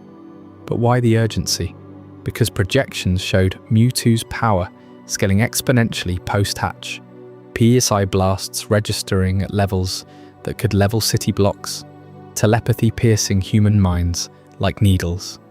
Sylph didn't just build a ball, they built a prison for a god-tier clone, anticipating the day it would turn on its creators. Yet the ethics fracture here in the cold calculus of containment. Mewtwo wasn't some feral legendary rampaging through forests. It was a free-willed entity, journals noting its first cries laced with coherent rage, eyes burning with questions no animal could form. "I am not a tool," it would later declare, in the anime's shadowed echoes. But even in the game's silent lore, its Cerulean Cave screams autonomy. Thrusting such a being into a master ball inflicts more than physical restraint. It's psychological vivisection. Imagine the disorientation. One moment, vast psychic awareness spanning horizons, synapses firing across continents. The next, squeezed into a digital void, senses nullified, time dilated into infinity. Pokémon lore hints at this torment through behavioral anomalies in captured legendaries. Erratic obedience patterns, phantom telepathic echoes reported by trainers. For Mewtwo, with its amplified cognition rivaling human philosophers, its existential erasure. Sylph's own ethicists, buried in redacted files, warned of sentience collapse, where prolonged stasis erodes identity, turning sovereign minds into programmable puppets. Giovanni understood this intimately, deploying a prototype during his Sylph siege, eyes gleaming as he envisioned Mewtwo leashed at last. But the clone's escape proved the flaw. No ball could truly tame what refused subjugation. In Pokémon Adventures, the manga's grittier lens amplifies the horror. Blaine's human cells woven into Mewtwo's frame make the capture personal, a violation echoing the Doctor's own lost daughter. Trapping it becomes matricide by proxy, a digital womb reverting to oblivion. And in the Journey's era, when Mewtwo number 2 safeguards Cineabar Island's refugees, the Master Ball's shadow looms unspoken. Would you condemn a sage-like guardian to capsule purgatory for the crime of existing too powerfully? This ethical chasm widens when we consider the multiplicity we've traced. If multiple Mewtwo's roam timelines and media, each iteration demands its own judgment. Does the Master Ball democratize godslaying, or does it normalize the hubris of bottling souls? Sylph's legacy persists. Only 13 Masters Balls produced per region cycle, doled out like nuclear keys, ensuring only the elite wield such moral peril. Mewtwo's saga indicts us all, creators who birth then cage, trainers who dream of mastery over miracles. But the roots of this ethical nightmare trace back further, to a sweltering jungle half a world away. Up next in Chapter 16, at the South American expedition, we'll unearth the forbidden expedition that started it all. Diaries from Guyana's depths, revealing secrets that make Mewtwo's cage seem merciful. While Sylph Company race to perfect the Master Ball as a fail-safe for their ultimate creation, the spark that ignited the entire Mewtwo project flickered to life thousands of miles away, deep in the uncharted heart of Guyana's rainforests. On July 5th, a team of scientists, driven by whispers of ancient legends, pushed through walls of tangled lianas and choking humidity, their boots sinking into the black mud of the Amazon basin. This wasn't some sanitized lab pursuit. It was raw exploration, machetes hacking at vines thick as a man's thigh, the air alive with the screech of howler monkeys and the relentless drone of insects that swarmed like living fog. They called it the South American Expedition, a venture funded by shadowy backers who dreamed of unlocking Pokémon's evolutionary secrets. Led by ambitious researchers under Dr. Fuji's distant oversight, the group had followed faded indigenous maps and cryptic explorer tales of a ghostly pink shadow darting through the canopy.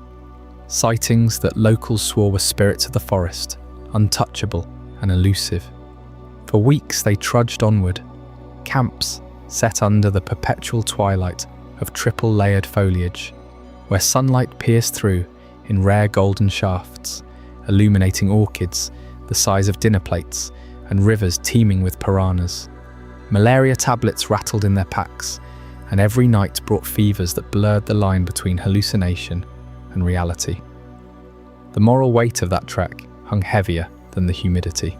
These weren't just collectors, they were invaders in a land that didn't yield its treasures lightly. Indigenous guides, paid in trinkets they barely understood, warned of curses from the spirits. The phantom Pokémon are being said to mimic human forms, vanishing like mist at dawn.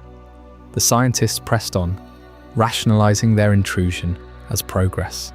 But journals later confessed the toll. One expedition member lost to a sudden fever, his body claimed by the jungle floor. Another driven mad by endless nights, listening to unseen cries that echoed like a child's laughter twisted in pain. They trapped smaller Pokémon for study, dissecting them under kerosene lamps, their blood staining notebooks, with questions about power and perfection. Was this science or hubris? The forest seemed to answer in downpours that washed away their trails, forcing them to carve deeper, leaving scars on a wilderness that had stood for millennia.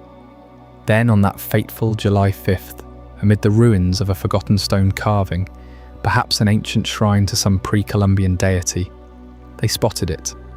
A flicker of rose-pink fur, no larger than a kitten, perched on a moss-draped branch. It moved with impossible grace, telekinetic pulses rippling the air as leaves levitated around it, in playful defiance of gravity. The phantom Pokémon.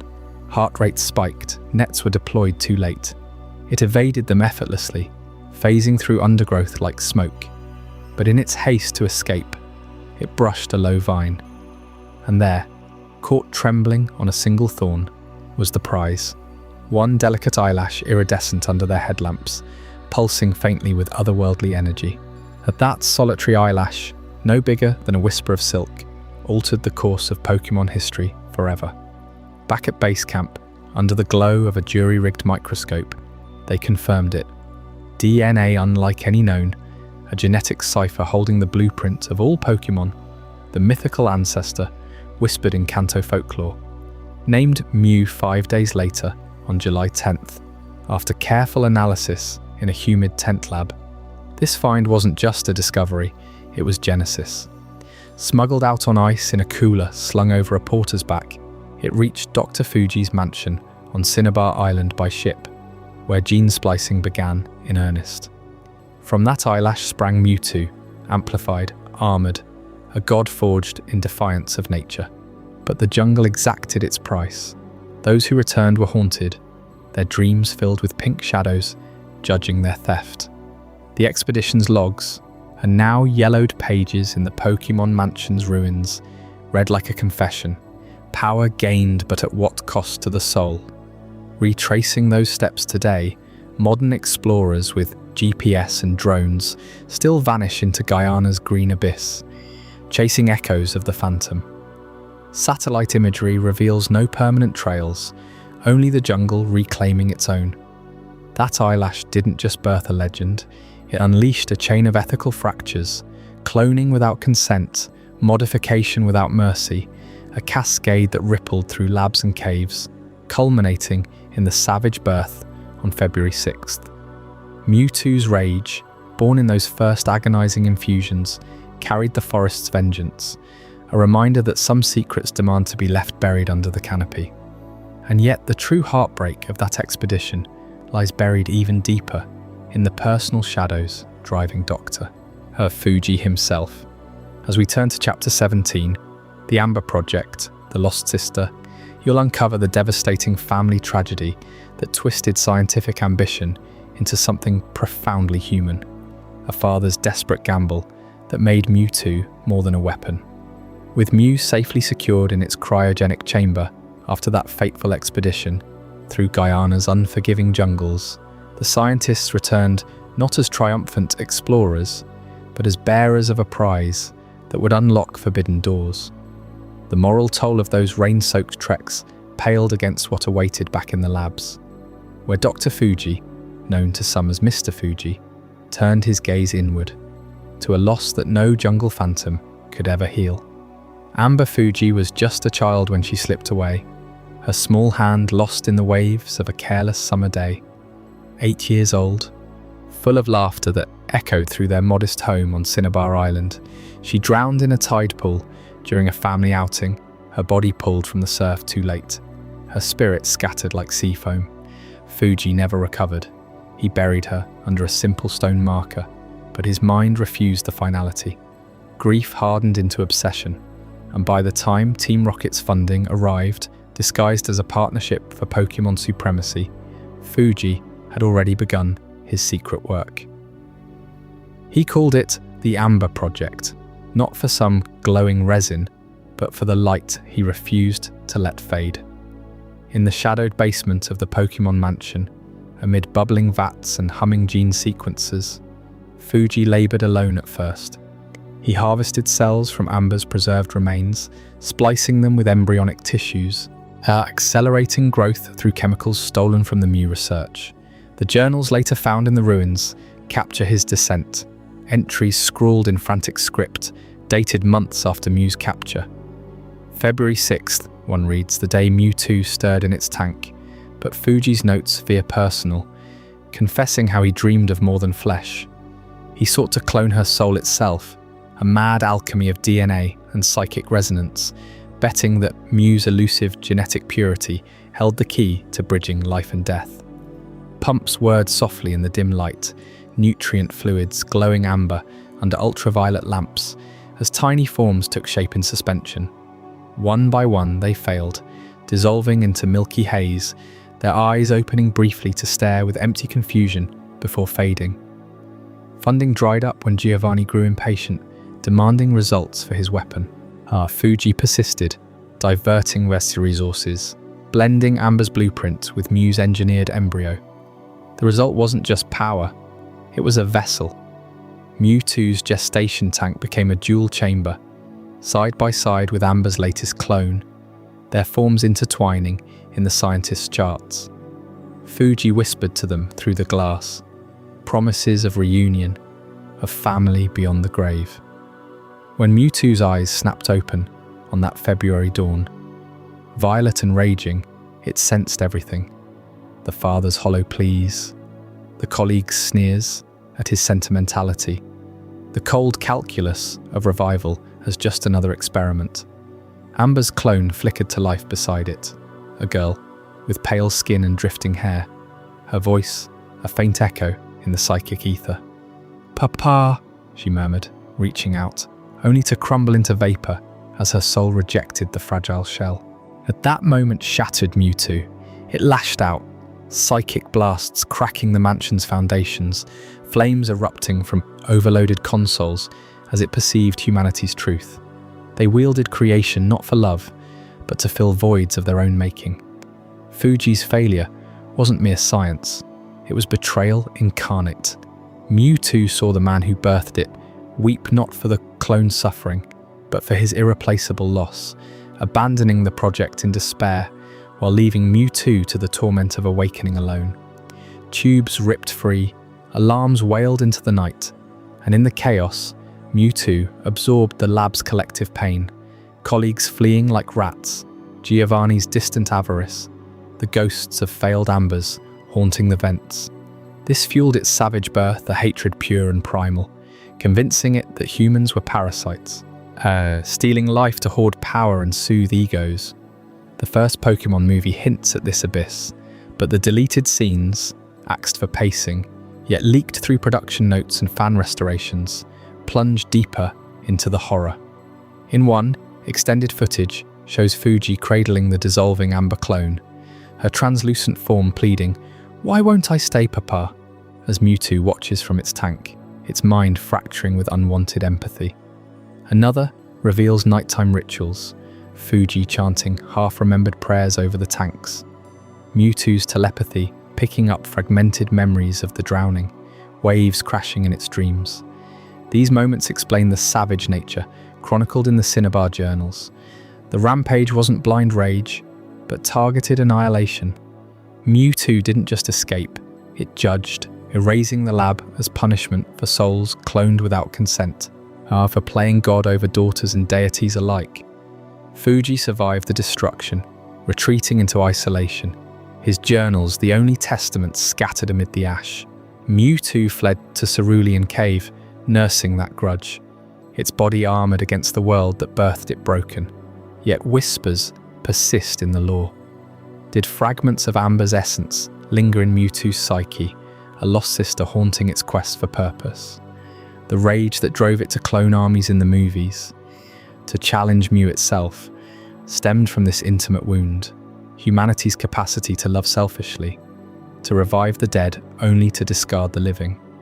And as we trace these fractured origins, the echoes grow louder, pulling us toward revelations still unfolding in Kalos.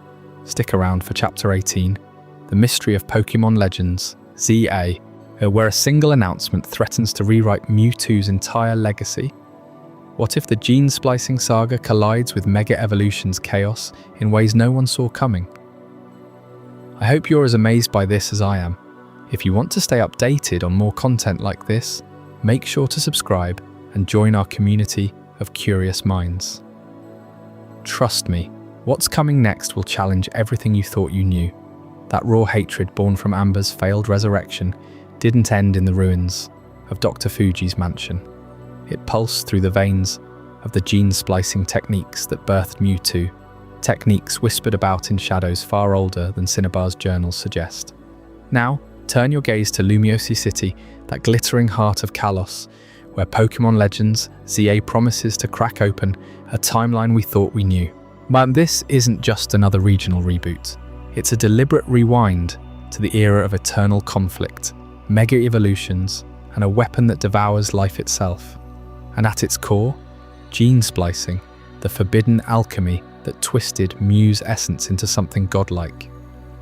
Picture the developers at Game Freak dusting off the Kalos lore from X and Y, but twisting it backward.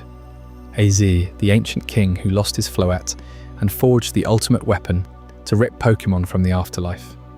His machine, a colossal cannon fueled by the infinite life energy harvested from legendary Pokémon, wasn't built for destruction alone. It pulsed with the raw power needed to defy mortality. Cloning a Pokémon like Mew demands that same cataclysmic surge, accelerating cellular division, rewriting DNA strands in real time, stabilizing unstable genetic hybrids. At the journals from Pokémon Mansion log Mew's discovery on July 5th in Guyana's jungles, naming it by July 10th, and Mewtwo's birth by February 6th. Neat, contained, post-canto. But what if that was merely the refinement? What if Kalos held the genesis? Legends, ZA, slated for release in 2025, teases a world in flux. Lumiose, under reconstruction. A Z's shadow looming larger than ever. Trailers flicker with silhouettes of warped Pokémon, energy flares ripping through the sky, and that unmistakable hum of genetic reconfiguration. Gene splicing isn't a footnote here, it's the engine. Remember how Mewtwo's creation blended Mew's DNA with engineered enhancements for raw power, larger frame, psychic dominance, a disposition forged in agony. Kalos, birthplaces of mega evolution, and already flirted with this. Stones channeling infinite energy to splice temporary godhood into familiar forms. Mewtwo's Mega X crushes steel with a 1-ton grip, sprints 100 meters in 2 seconds. Mega Y shatters skyscrapers with psychic blasts. That power echoes the ultimate weapon's core, a device that siphoned life force on a planetary scale. Now, lean in closer. The energy math doesn't add up for a backwater Cineabar lab. Cloning Mew required black market funding from Giovanni, but scaling a mythical's genome demands reactors, not generators. The ultimate weapon's lore in X and Y reveals it tapped eternal energy, a vortex of life pulled from hundreds of Pokémon, stored in a crystalline heart. Dr. Fuji's notes hint at blackouts, unstable reactors, the embryo Mewtwo nearly dissolving mid-process. Coincidence? Or a veiled nod to Kalos tech smuggled out centuries ago? As Z's grief-driven science blurred lines between Pokémon and human, immortality serums, soul-binding floettes. Gene splicing fits like a missing puzzle piece. Early experiments, harvesting Mew-like phantoms from ancient ruins, predating Guyana by eons. Consider the timeline fracture. Those Cineabar journals, scrawled by frantic hands, amid flames, claim February 6th as Mewtwo's awakening. But Pokémon Adventures manga slips in Blaine's human cells to stabilize the clone, tying Kanto's gym leader to a deeper conspiracy. What if Blaine sourced that from Kalos expatriates, refugees from AZ's war? Legends ZA rewinds to the great Pokémon-human war 3,000 years back when the ultimate weapon first fired. Fossils in Kalos caves whisper of genetic anomalies, proto-Mewtwo hybrids rampaging before recorded history. Mewtwo's savage escape, its telepathic rage echoing across regions, feels less like a newborn's tantrum and more like an ancient fury reawakened. Envision it, Lumios's Prism Tower, not yet scarred by Team Flare, but already a nexus for splicing labs hidden in its underbelly.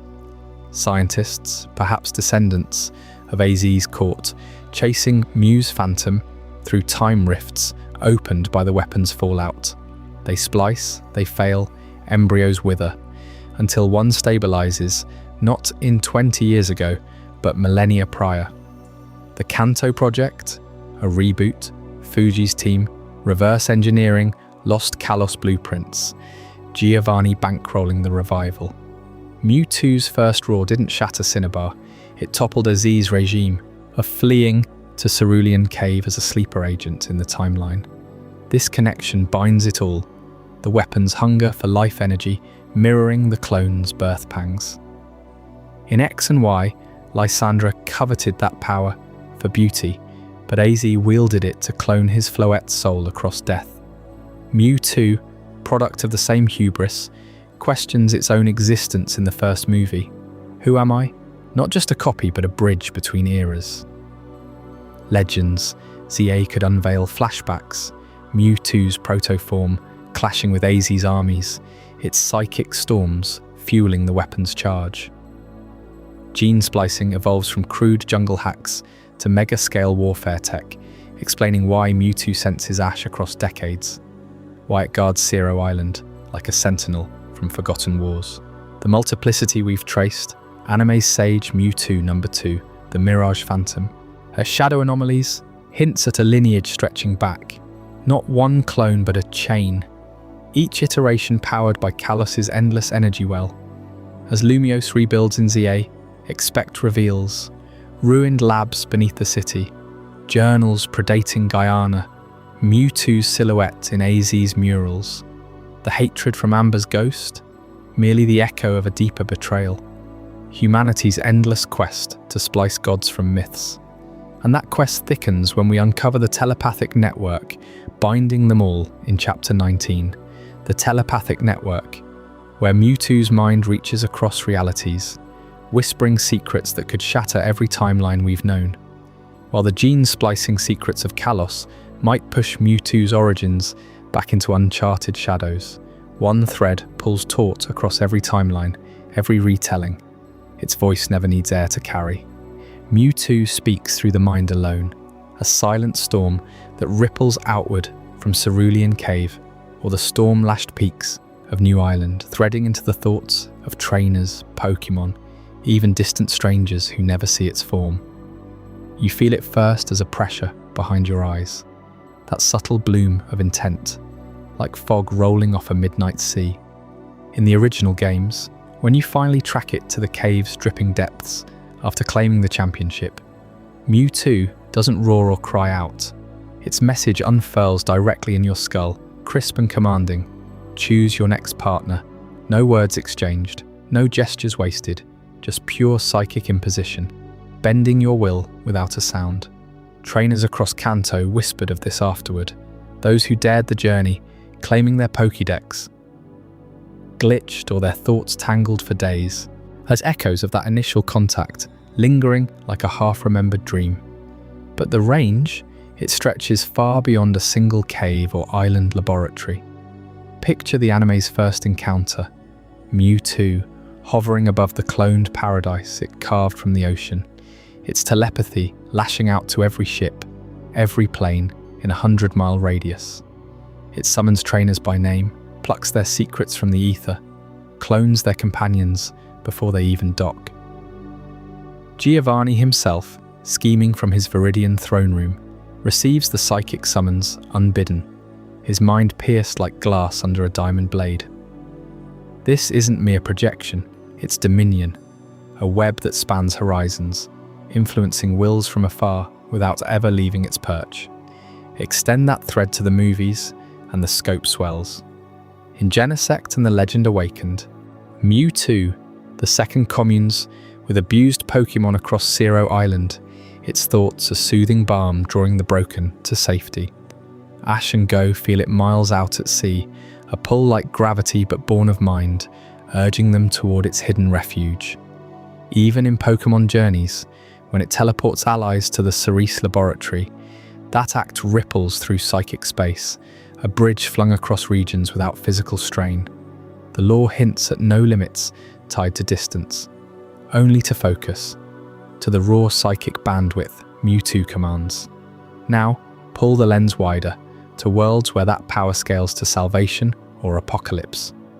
In Pokémon Super Mystery Dungeon, Mega Mewtwo Y doesn't just whisper, it forges the global link. This is no casual telepathy, it's a planetary nervous system, every Pokémon on the planet woven into a single, thrumming awarenesses. Dark matter's void threatens to unravel existence, petrifying heroes into stone, twisting the tree of life into a weapon of despair. Mewtwo, awakened in its ultimate form, counters with the link, a vast interlocking mesh of minds, from the lowliest Caterpie in a distant forest to the guild leaders storming the void. You sense the scale in the game's fevered pulse, the world's Pokémon, billions strong, their fears and hopes synchronized under Mewtwo's guidance. It becomes the planetary defender, not through claws or blasts, but by channeling collective will into a psychic spear that shatters the darkness. Mega Mewtwo perches on the island of isolation afterward, a sentinel whose mere presence stabilizes the aether, ready to reignite the link if shadows stir again. This isn't power for conquest, it's architecture for preservation. Mewtwo as the unseen guardian, threading life's fragile web across continents and oceans. Yet that godlike reach exacts a toll, one the lore buries in subtext but never fully conceals. Imagine the weight of it, every thought on the planet, unfiltered, crashing in eternal waves. In the quiet aftermath of Mewtwo Strikes Back, as it sails away with its clones, does it hear the planet's murmur? The anime suggests yes, the constant hum of sentience, from a Pidgey's hunger in Johto to a human child's grief in distant Unova. Super Mystery Dungeon lays it bare. Sustaining the global link drains even Mega Mewtwo Y, its form flickering under the strain of harmonizing chaos into unity. Hear the burden in its rare confessions, telepathically etched into journals or echoed in trainer tales. The voices, they never cease, survivors paraphrase, her minds frayed from brief brushes. For Mewtwo, its ceaseless vigil. Joy and terror, love and rage from every creature, a symphony of psyches that could shatter lesser minds. It retreats to caves, islands, isolation, not from arrogance, but necessity, modulating the flood to endure. This is the paradox of its supremacy. Omnipresent connection breeds profound solitude, the guardian forever apart, listening to the world's unspoken heart. That psychic expanse, from intimate commands to world-saving networks, reshapes how Mewtwo, not just a clone unbound, but a nexus point for all minds. And as we trace those invisible lines further, we'll uncover how competitive battles encode this very law, turning meta strategies into hidden canon revelations. Up next, Chapter 20, the competitive meta as law. Mewtwo's telepathic reach stretched across worlds in Super Mystery Dungeon, linking minds to safeguard the planet itself. But that psychic supremacy didn't stay confined to stories of cosmic defense. It bled straight into the battlefields of real-world competition, where from the late 1990s onward, this clone asserted dominance so absolute it echoed its creator's bold claim, the most powerful Pokémon ever made. Picture the early tournaments kicking off right after Gold and Silver hit shelves in 2000. Players worldwide huddled around clunky Game Boys, trading feverishly at local shops, their eyes locked on team sheets, scribbled in notebooks. Mewtwo wasn't just a pick. It was the centerpiece, the apex predator warping every strategy around it. With a base stat total of 608, it outclassed everything else by a mile, boasting psychic blasts that shredded defenses, a recover to shrug off hits like they were nothing, and barriers that turned it untouchable. Trainers built entire squads just to survive its onslaught, stacking special walls like Alakazam variants or Starmie sponges, but Mewtwo laughed them off, sweeping brackets with ruthless efficiency. In those nascent competitive circuits, like the very first official Pokémon leagues in Japan around 1998, Mewtwo's shadow loomed largest. It mirrored the lore perfectly, born from Mew's essence, but engineered for supremacy, just as in Cineabar's journals, where scientists spliced DNA on February 6th to birth a savage giant. Here on digital coliseums, it crushed foes telekinetically, erasing teams in turns, proving no natural Pokémon could match its artificial edge. Veterans recall the panic, opponents forfeiting mid-match when Mewtwo hit the field, its sprite alone a harbinger of doom. This wasn't balance, it was conquest, a living testament to Dr. Fuji's vision of unyielding power. Yet that reign forced evolution in the games themselves, birthing what players still whisper as the Mewtwo tier, a structural overhaul to contain its godhood. By the Ruby and Sapphire era in 2003, as competitive play formalized on platforms like Smogon, the meta fractured under Mewtwo's weight. Psychic types ruled Gen 1 unchecked, ghosts too frail to counter them thanks to buggy immunities. But Mewtwo amplified it all. Tournaments ground to a halt with endless stalls and sweeps, demanding change. Had enter the tier system, standard overused for the masses, then Uber, her exile realm crafted explicitly for legends like Mewtwo, Mew and Lugia. This wasn't a tweak, it was a fundamental rewrite, splitting the ecosystem so mortals could compete without a clone deity flattening the field. Smogon forums from that era buzz with the fervour, threads debating if Mewtwo belonged anywhere but its own lonely pantheon, polls showing 80% demanding bans from main play. Game Freak responded indirectly through mechanics. Gen 2's dark types pierced psychic armour, Gen 3's physical special split neutered its coverage, sleep clauses curbed infinite rests. But Mewtwo adapted, thriving in Ubers where it duelled equals, its dominance now a feature, not a bug. The game's bent reality to house it, and much like Cerulean Cave was carved as its throne after the lab's ruin. Without Mewtwo's pressure, competitive Pokémon might still be flat lists of 6, no tiers, no depth, just endless god clones steamrolling. Fast forward through Diamond and Pearl's physical boosts and Platinum's power creep, Mewtwo held court in Ubers. Stats untouched at 680, while the field inflated around it. Black and White introduced fairer distribution, yet Mewtwo's move pool, amnesia setups, thunderbolts for waters, ice beams for dragons, kept it eternal. Then came Generation 6, 2013's X and Y, and the ultimate twist, Mega Evolutions, Mewtwo's own shadows eclipsing the original perfection. Here's the exquisite irony. A Pokémon forged as the pinnacle, journals boasting its superior strength over Mew, are now dethroned by its amplified selves. Mega Mewtwo X channels primal fury, grip strength crushing 1-ton boulders, sprinting 100 meters in 2 seconds flat, base stats surging to 780. Y form, pure psychic apocalypse, shattering skyscrapers with mind storms, special attack hitting 190. These weren't rivals, they were Mewtwo transcended. Keystones unlocking potentials its creators never dreamed.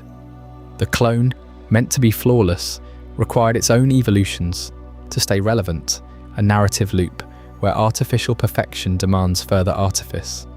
Tournaments exploded anew, Mega Y sweeping worlds qualifiers, X wall-breaking OU suspects before Ubers reclaimed them.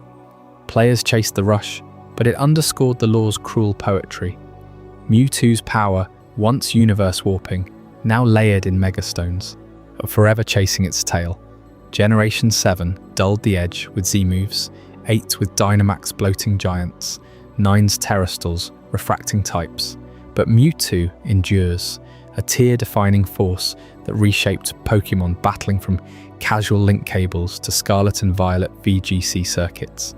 That competitive legacy, mirroring Mewtwo's lore as the unbeatable clone, sets the stage for something even more fractured. Up next in Chapter 21, the 3 confirmed pillars will uncover the startling multiplicity lurking in the shadows, how one legend splintered into distinct entities across worlds, each bearing the clone's mark in ways that will redefine everything you've assumed. That unyielding dominance in the competitive meta wasn't just a gameplay quirk. It echoed the fractured essence of Mewtwo itself, as splintered across the Pokémon world's vast lore into 3 undeniable pillars, each a towering legend refusing to merge into one. These aren't fan theories or vague shadows, they're canon heavyweights, etched in film, and special with personalities, origins, and even physical traits that scream separation. The Avenger, the Protector, the Mirage, pick anyone, and you'll chase a trail that dead ends before touching the others. Take the Avenger first, the raw fury born from the first Pokémon movie, Mewtwo Strikes Back in 1998. This Mewtwo erupts from the shadows of Mount Quina, a volcanic fortress in the New Island chain, cloned by the ghost of Dr. Fuji under Giovanni's shadowy funding. It's no gentle creation. This one's eyes burn with a piercing lavender glow, narrower and more slitted than any game sprite, radiating hatred forged in cryogenic tanks and betrayal. Its tail stretches longer, whipping like a serrated blade through the air, longer by a full segment than the Cerulean Cave lurker from Red and Blue. And that voice, Philip Bartlett's deep, echoing timbre in the English dub, laced with venomous intellect, snarling lines like, "I see now, the circumstances of one's birth are irrelevant.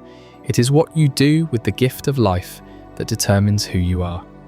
This Mewtwo clones entire teams of Pokémon to pit against their originals, floods the skies with storms to drown humanity's arrogance, and clashes with Mew in a cataclysm that nearly ends Ash Ketchum. It flees with its clone army to a hidden paradise, wiping memories clean, but its rage lingers like ash on the wind, pure vengeance, unrepentant, and a psychic juggernaut who views humans as the true monsters. Shift your gaze to the Protector, unveiled in the Genect movie over a decade later, in 2013, and carried into Pokémon Journeys. This Mewtwo, often tagged as number 2 by fans for clarity, couldn't be further from its predecessor's Blaze. Hiding on Cineabar Island amid jagged cliffs and mist-shrouded pines, it shelters Pokémon scarred by human abuse, abandoned legendaries, forgotten experiments, building a sanctuary where telekinetic barriers hum against intruders. Its eyes soften to a wider, gentler, blue-violet, almost contemplative, framed by a sleeker face that speaks of hard-won wisdom rather than wrath. The tail, shorter, stubbier, less a weapon, and more a balanced extension of its poised frame. Voice shifts too. Teju Robertson's dub delivery is calmer, resonant with sage patience, murmuring guidance to Genect's rampage, or teleporting allies to safety in Journey's episodes. It recognizes Ash from their stormy past, yet stands apart, a guardian who once raged, but now channels power into preservation, battling Go and the dynamic duo not out of spite, but to protect its fragile haven. No clone armies here, no superiority complexes, just quiet defiance, proving Mewtwo's evolution from destroyer to defender. Then there's the Mirage, the wildcard from the 2006 special, mastermind of Mirage Pokémon. Crafted by the obsessive Dr. Young in a labyrinthine lab of holographic projectors and neural interfaces, this Mewtwo isn't even truly alive in the flesh. It's a digital phantom, a Mirage Pokémon projected from illusory tech, lacking the soul-deep torment of its counterparts. Eyes flicker with an unnatural emerald sheen, sharper and more angular under the strain of simulated existence, glitching faintly at the edges like corrupted code. Tail renders shorter still, almost vestigial in its virtual form, trailing pixels instead of menace. The voice? A synthesized growl, courtesy of a different actor's modulation. Colder, mechanical, devoid of existential poetry, barking orders as Young's puppet in a scheme to recreate lost Pokémon through deception. It duels the real deal, Ash's team shattering its illusions until Young confronts his own grief-fueled madness. This one's no escapee or sage, it's a tool, discarded when the holograms fade, its life confined to screens and regrets, a hollow echo that underscores how Mewtwo's template twists into nightmare across creators. These pillars stand isolated, not by accident, but by deliberate design, the franchise's quiet refusal to stitch them together. Games lock onto one savage escapee from Cineabar's ashes, journals dated February 6th, pinning a singular birth. Anime sprawls wider, letting each Mewtwo breathe in its bubble. The Avengers' path veers to isolated isles, post-movie 1, never crossing the Protector's Sirro refuge. Despite shared seas, no telepathic nod between them, no shared scars from Fuji or Giovanni. Voices diverge with fresh casts. Per era, Bartlett's fury yields to Robertson's calm, then synthetic chill, signalling new souls. Tails lengthen or shorten across cells. Eyes shift hues from lavender rage to blue serenity to green artifice. Physical tells that animators etched to dodge unity. Why? To mine fresh veins of drama. Mewtwo as vengeful god one film, wise hermit the next. A programmed weapon in between, without canon collapse. A unified Mewtwo risks retcon rot. Multiples multiply myths, letting lore layer eternally. Each pillar a fresh hook for battles, philosophies, and what-ifs that keep fans dissecting caves and clones. Spot the fractures yourself in side-by-side frames. Avengers' elongated tail lashes during the Mew clone storm, coiling thrice around foes. Protector's compact one sways serenely as it levitates Genect skyward. Mirage's phantom appendage warps mid-hologram clash. Eyes lock that in. Slitted lavender piercing trainers' doubts. Rounded blue-violets scanning horizons for threats. Flickering emerald betraying artificiality. Even roars differ. Avenger's psychic bellow shatters. Clone orbs. Protector's modulated hum soothes allies. Mirage's digital screech glitches labs. The Pokémon Company guards this divide fiercely. No manga crossover, no spin-off nod, preserving the thrill of multiplicity, where one Mewtwo's roar hints at legions lurking. As these pillars rise unyielding, their clashing psyches forge something sharper still, a warrior grappling with the void of created existence, one whose battles transcend clones and caves, demanding we question purpose itself. That story awakens next, in the existential warrior. Among those three pillars, the vengeful Avenger, the serene Protector, and the illusory Mirage, one thread binds them all. Mewtwo's relentless interrogation of its own being. What does it mean to be born not from nature's whim, but from human ambition twisted into flesh? Mewtwo, the existential warrior, stares into the abyss of creation and demands answers. Picture the dim glow of incubation tanks in the shadowed bowels of the Pokémon mansion on Cineabar Island. February 6th, the journals whisper, marks the day this cloned fury draws its first breath. Mew's DNA, spliced and amplified, surges to life in a body armoured for war. Taller, fiercer, its violet hide pulsing with raw psychic might. But awareness crashes in like a tidal wave. Tubes pierce its form, needles probe its mind. Scientists in white coats scribble notes as if it's mere livestock. Dr. Fuji, haunted by his lost daughter Amber, pours his grief into this vessel, blending Pokémon genes with whispers of human desperation. Giovanni's funding oils the gears, dreaming of an ultimate weapon. Yet Mewtwo awakens not as a tool, but as a mind ablaze with questions. Why this pain? Why this cage? Is life a gift or the cruelest curse? That philosophy ignites in the first movie's storm-swept skies over New Island. Mewtwo, voice echoing like thunder in the clones' heads, declares the hierarchy a lie. Humans as masters, Pokémon as slaves. It's all arbitrary, imposed by those too weak to see their own fragility. The human sacrifices his health for wealth, then destroys himself to reclaim it, it intones, psychic eyes gleaming with cold clarity.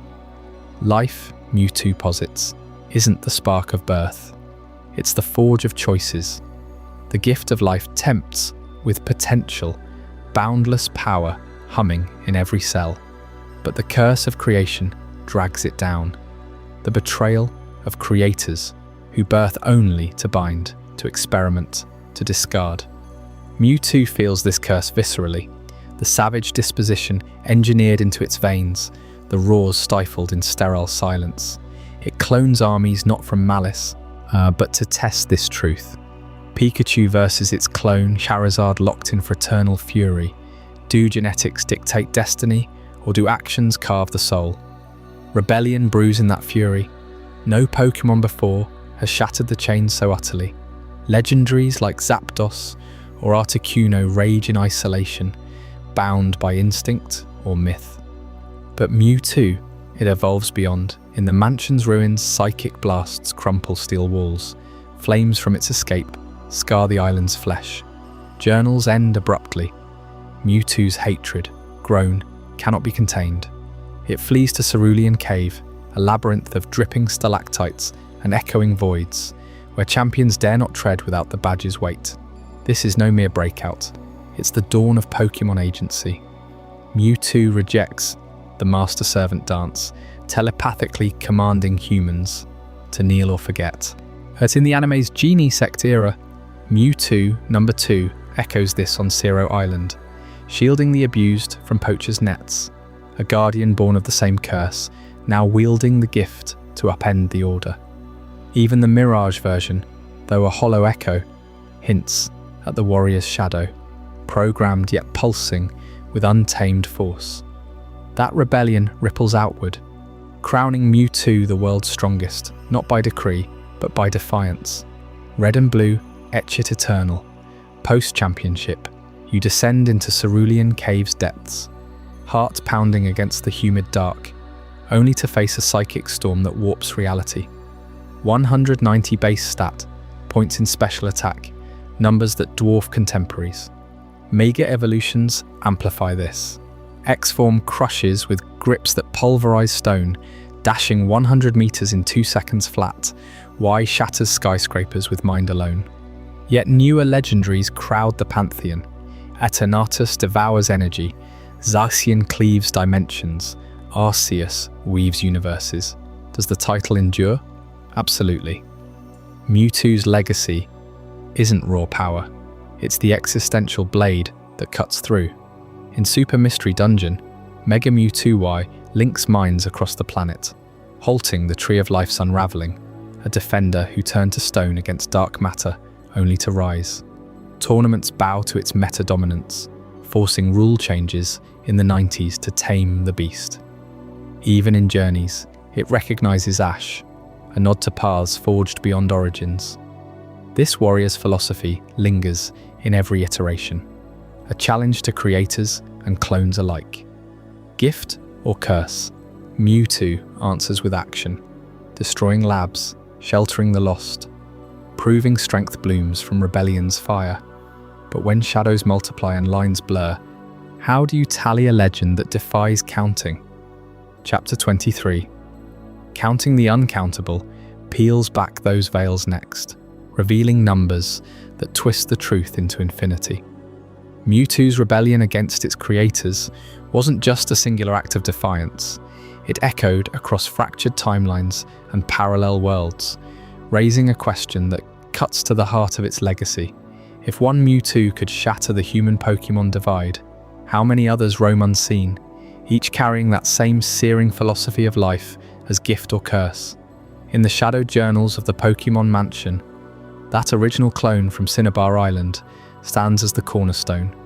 Born on February 6th, after Mew's DNA was twisted in Dr. Fuji's hidden lab.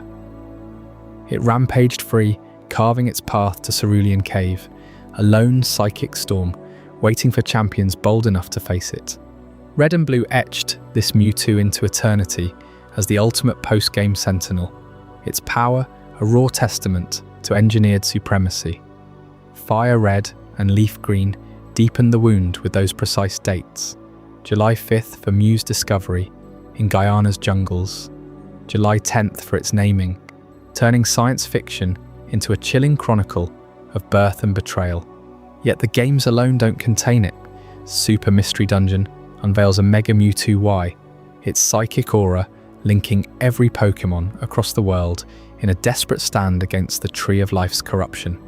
This version, turned to stone by dark matter's void, then reborn to guard the island of isolation, pulses with a planetary vigilance far beyond Kanto's caves. Its telepathic web spans dimensions, whispering defenses that no single clone could muster alone. Now layer in the manga, where Pokémon adventures twist the formula further. Here, Blaine's human cells fill the gaps in Mew's scarce DNA, birthing a Mewtwo laced with gym leader fire. Blaine himself hunts it obsessively, his life unraveling in the pursuit, as if the clone inherited not just power, but a vengeful intellect tied to Kanto's elite. This isn't a mere retelling, it's a hybrid abomination, its veins humming with human ambition, prowling pages where game lore fears to tread. Spin-offs multiply the echoes. Pocken tournament thrusts Mewtwo into arena battles, its Mega X-form crushing foes with a grip that shatters tons of steel, dashing 100 meters in 2 seconds flat. Mega Y, it levels skyscrapers with psychic blasts, a playable god whose every victory reinforces the law of unchained might. These aren't background cameos, they're Mewtwo's forged for combat's crucible, their animations rippling with the same savage energy that toppled labs. And then the shadows creep in, those darker variants that blur the line between clone and curse. Shadow Mewtwo emerges in the underbelly of Colosseum, an XD, gale of darkness echoes, twisted by Cypher's purifying agony into a snarling psychic beast, its heart corrupted, yet screaming for redemption. Anime specials summon Mirage Mewtwo, Dr. Young's hollow puppet, devoid of soul, but wielding illusory armies.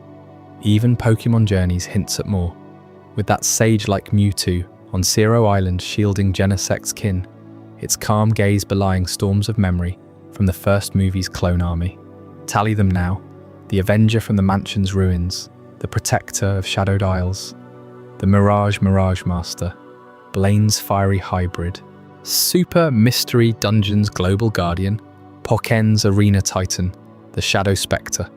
7 distinct shadows already, each with unique scars, philosophies and fates. But this count frays at the edges, because lore-unique Mewtwo's, those story-bound legends, with names and narratives, stand apart from their gameplay mechanical kin. Picture the chasm, lore-unique ones are singular souls, the Avenger's rage-fueled escape, the Protector's wise exile. irreplaceable icons etched in journals, movies, and mangas. They rebel, philosophize, evolve. Gameplay mechanical Mewtwo's, though, they're the ones you capture, trade, battle. Every Cerulean Cave raid in Fire Red spawns a fresh encounter. Statistically identical, yet born anew for your team. Transfers from Let's Go to Sword and Shield.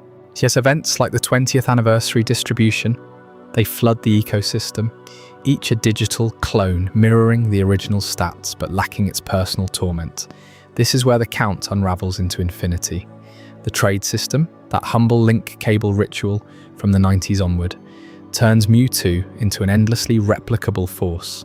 You trade yours from red to a friend's blue. They breed. No, wait, Mewtwo can't breed, but trades chain eternally. One player catches the cave boss, trades it across generations, regions, consoles. That recipient trades it further, duplicating through glitches, hacks, or sheer Pokémon home wizardry. Events release thousands. 2018's movie Mewtwo, 2020's Journey's variant. Each trade birthing a new instance in someone's box, functionally infinite. Or because every traded Mewtwo carries the lore's essence, cloned from Mew, amplified beyond nature, a psychic colossus. No central registry tracks them. They scatter via Wi-Fi wonders, propagating like the virus they were designed to surpass. Your Mewtwo, my Mewtwo, the competitive meta's terror from Chapter 20, they're mechanical echoes of the unique ones, blurring until you can't distinguish the Avenger's fury from a shiny variant's gleam. Manga variants trade hands in fan theories. Spin-offs export their shadows to mainline battles, even legends. ZA looms with gene-splicing hints that could retroactively spawn pre-Kanto clones. The tally? Not 7, not dozens. Uncountable, a legion of legacies where each trade whispers, I am what you make of the gift of life. But if the numbers spiral without end, then what anchors the truth amid the chaos? That's the revelation waiting in Chapter 24, the final truth, where every thread converges into one inescapable answer you'll wish you'd uncovered sooner. While the trade system paints a picture of Mewtwo's scattered across countless players' teams, each one a digital echo of that original savage birth, the deeper canon pulls us back to something far more haunting.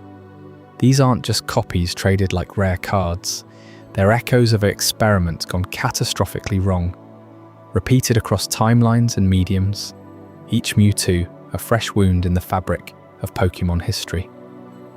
Consider the journals from the Pokémon Mansion, those faded pages in fire red and leaf green, etched with the cold precision of doomed ambition.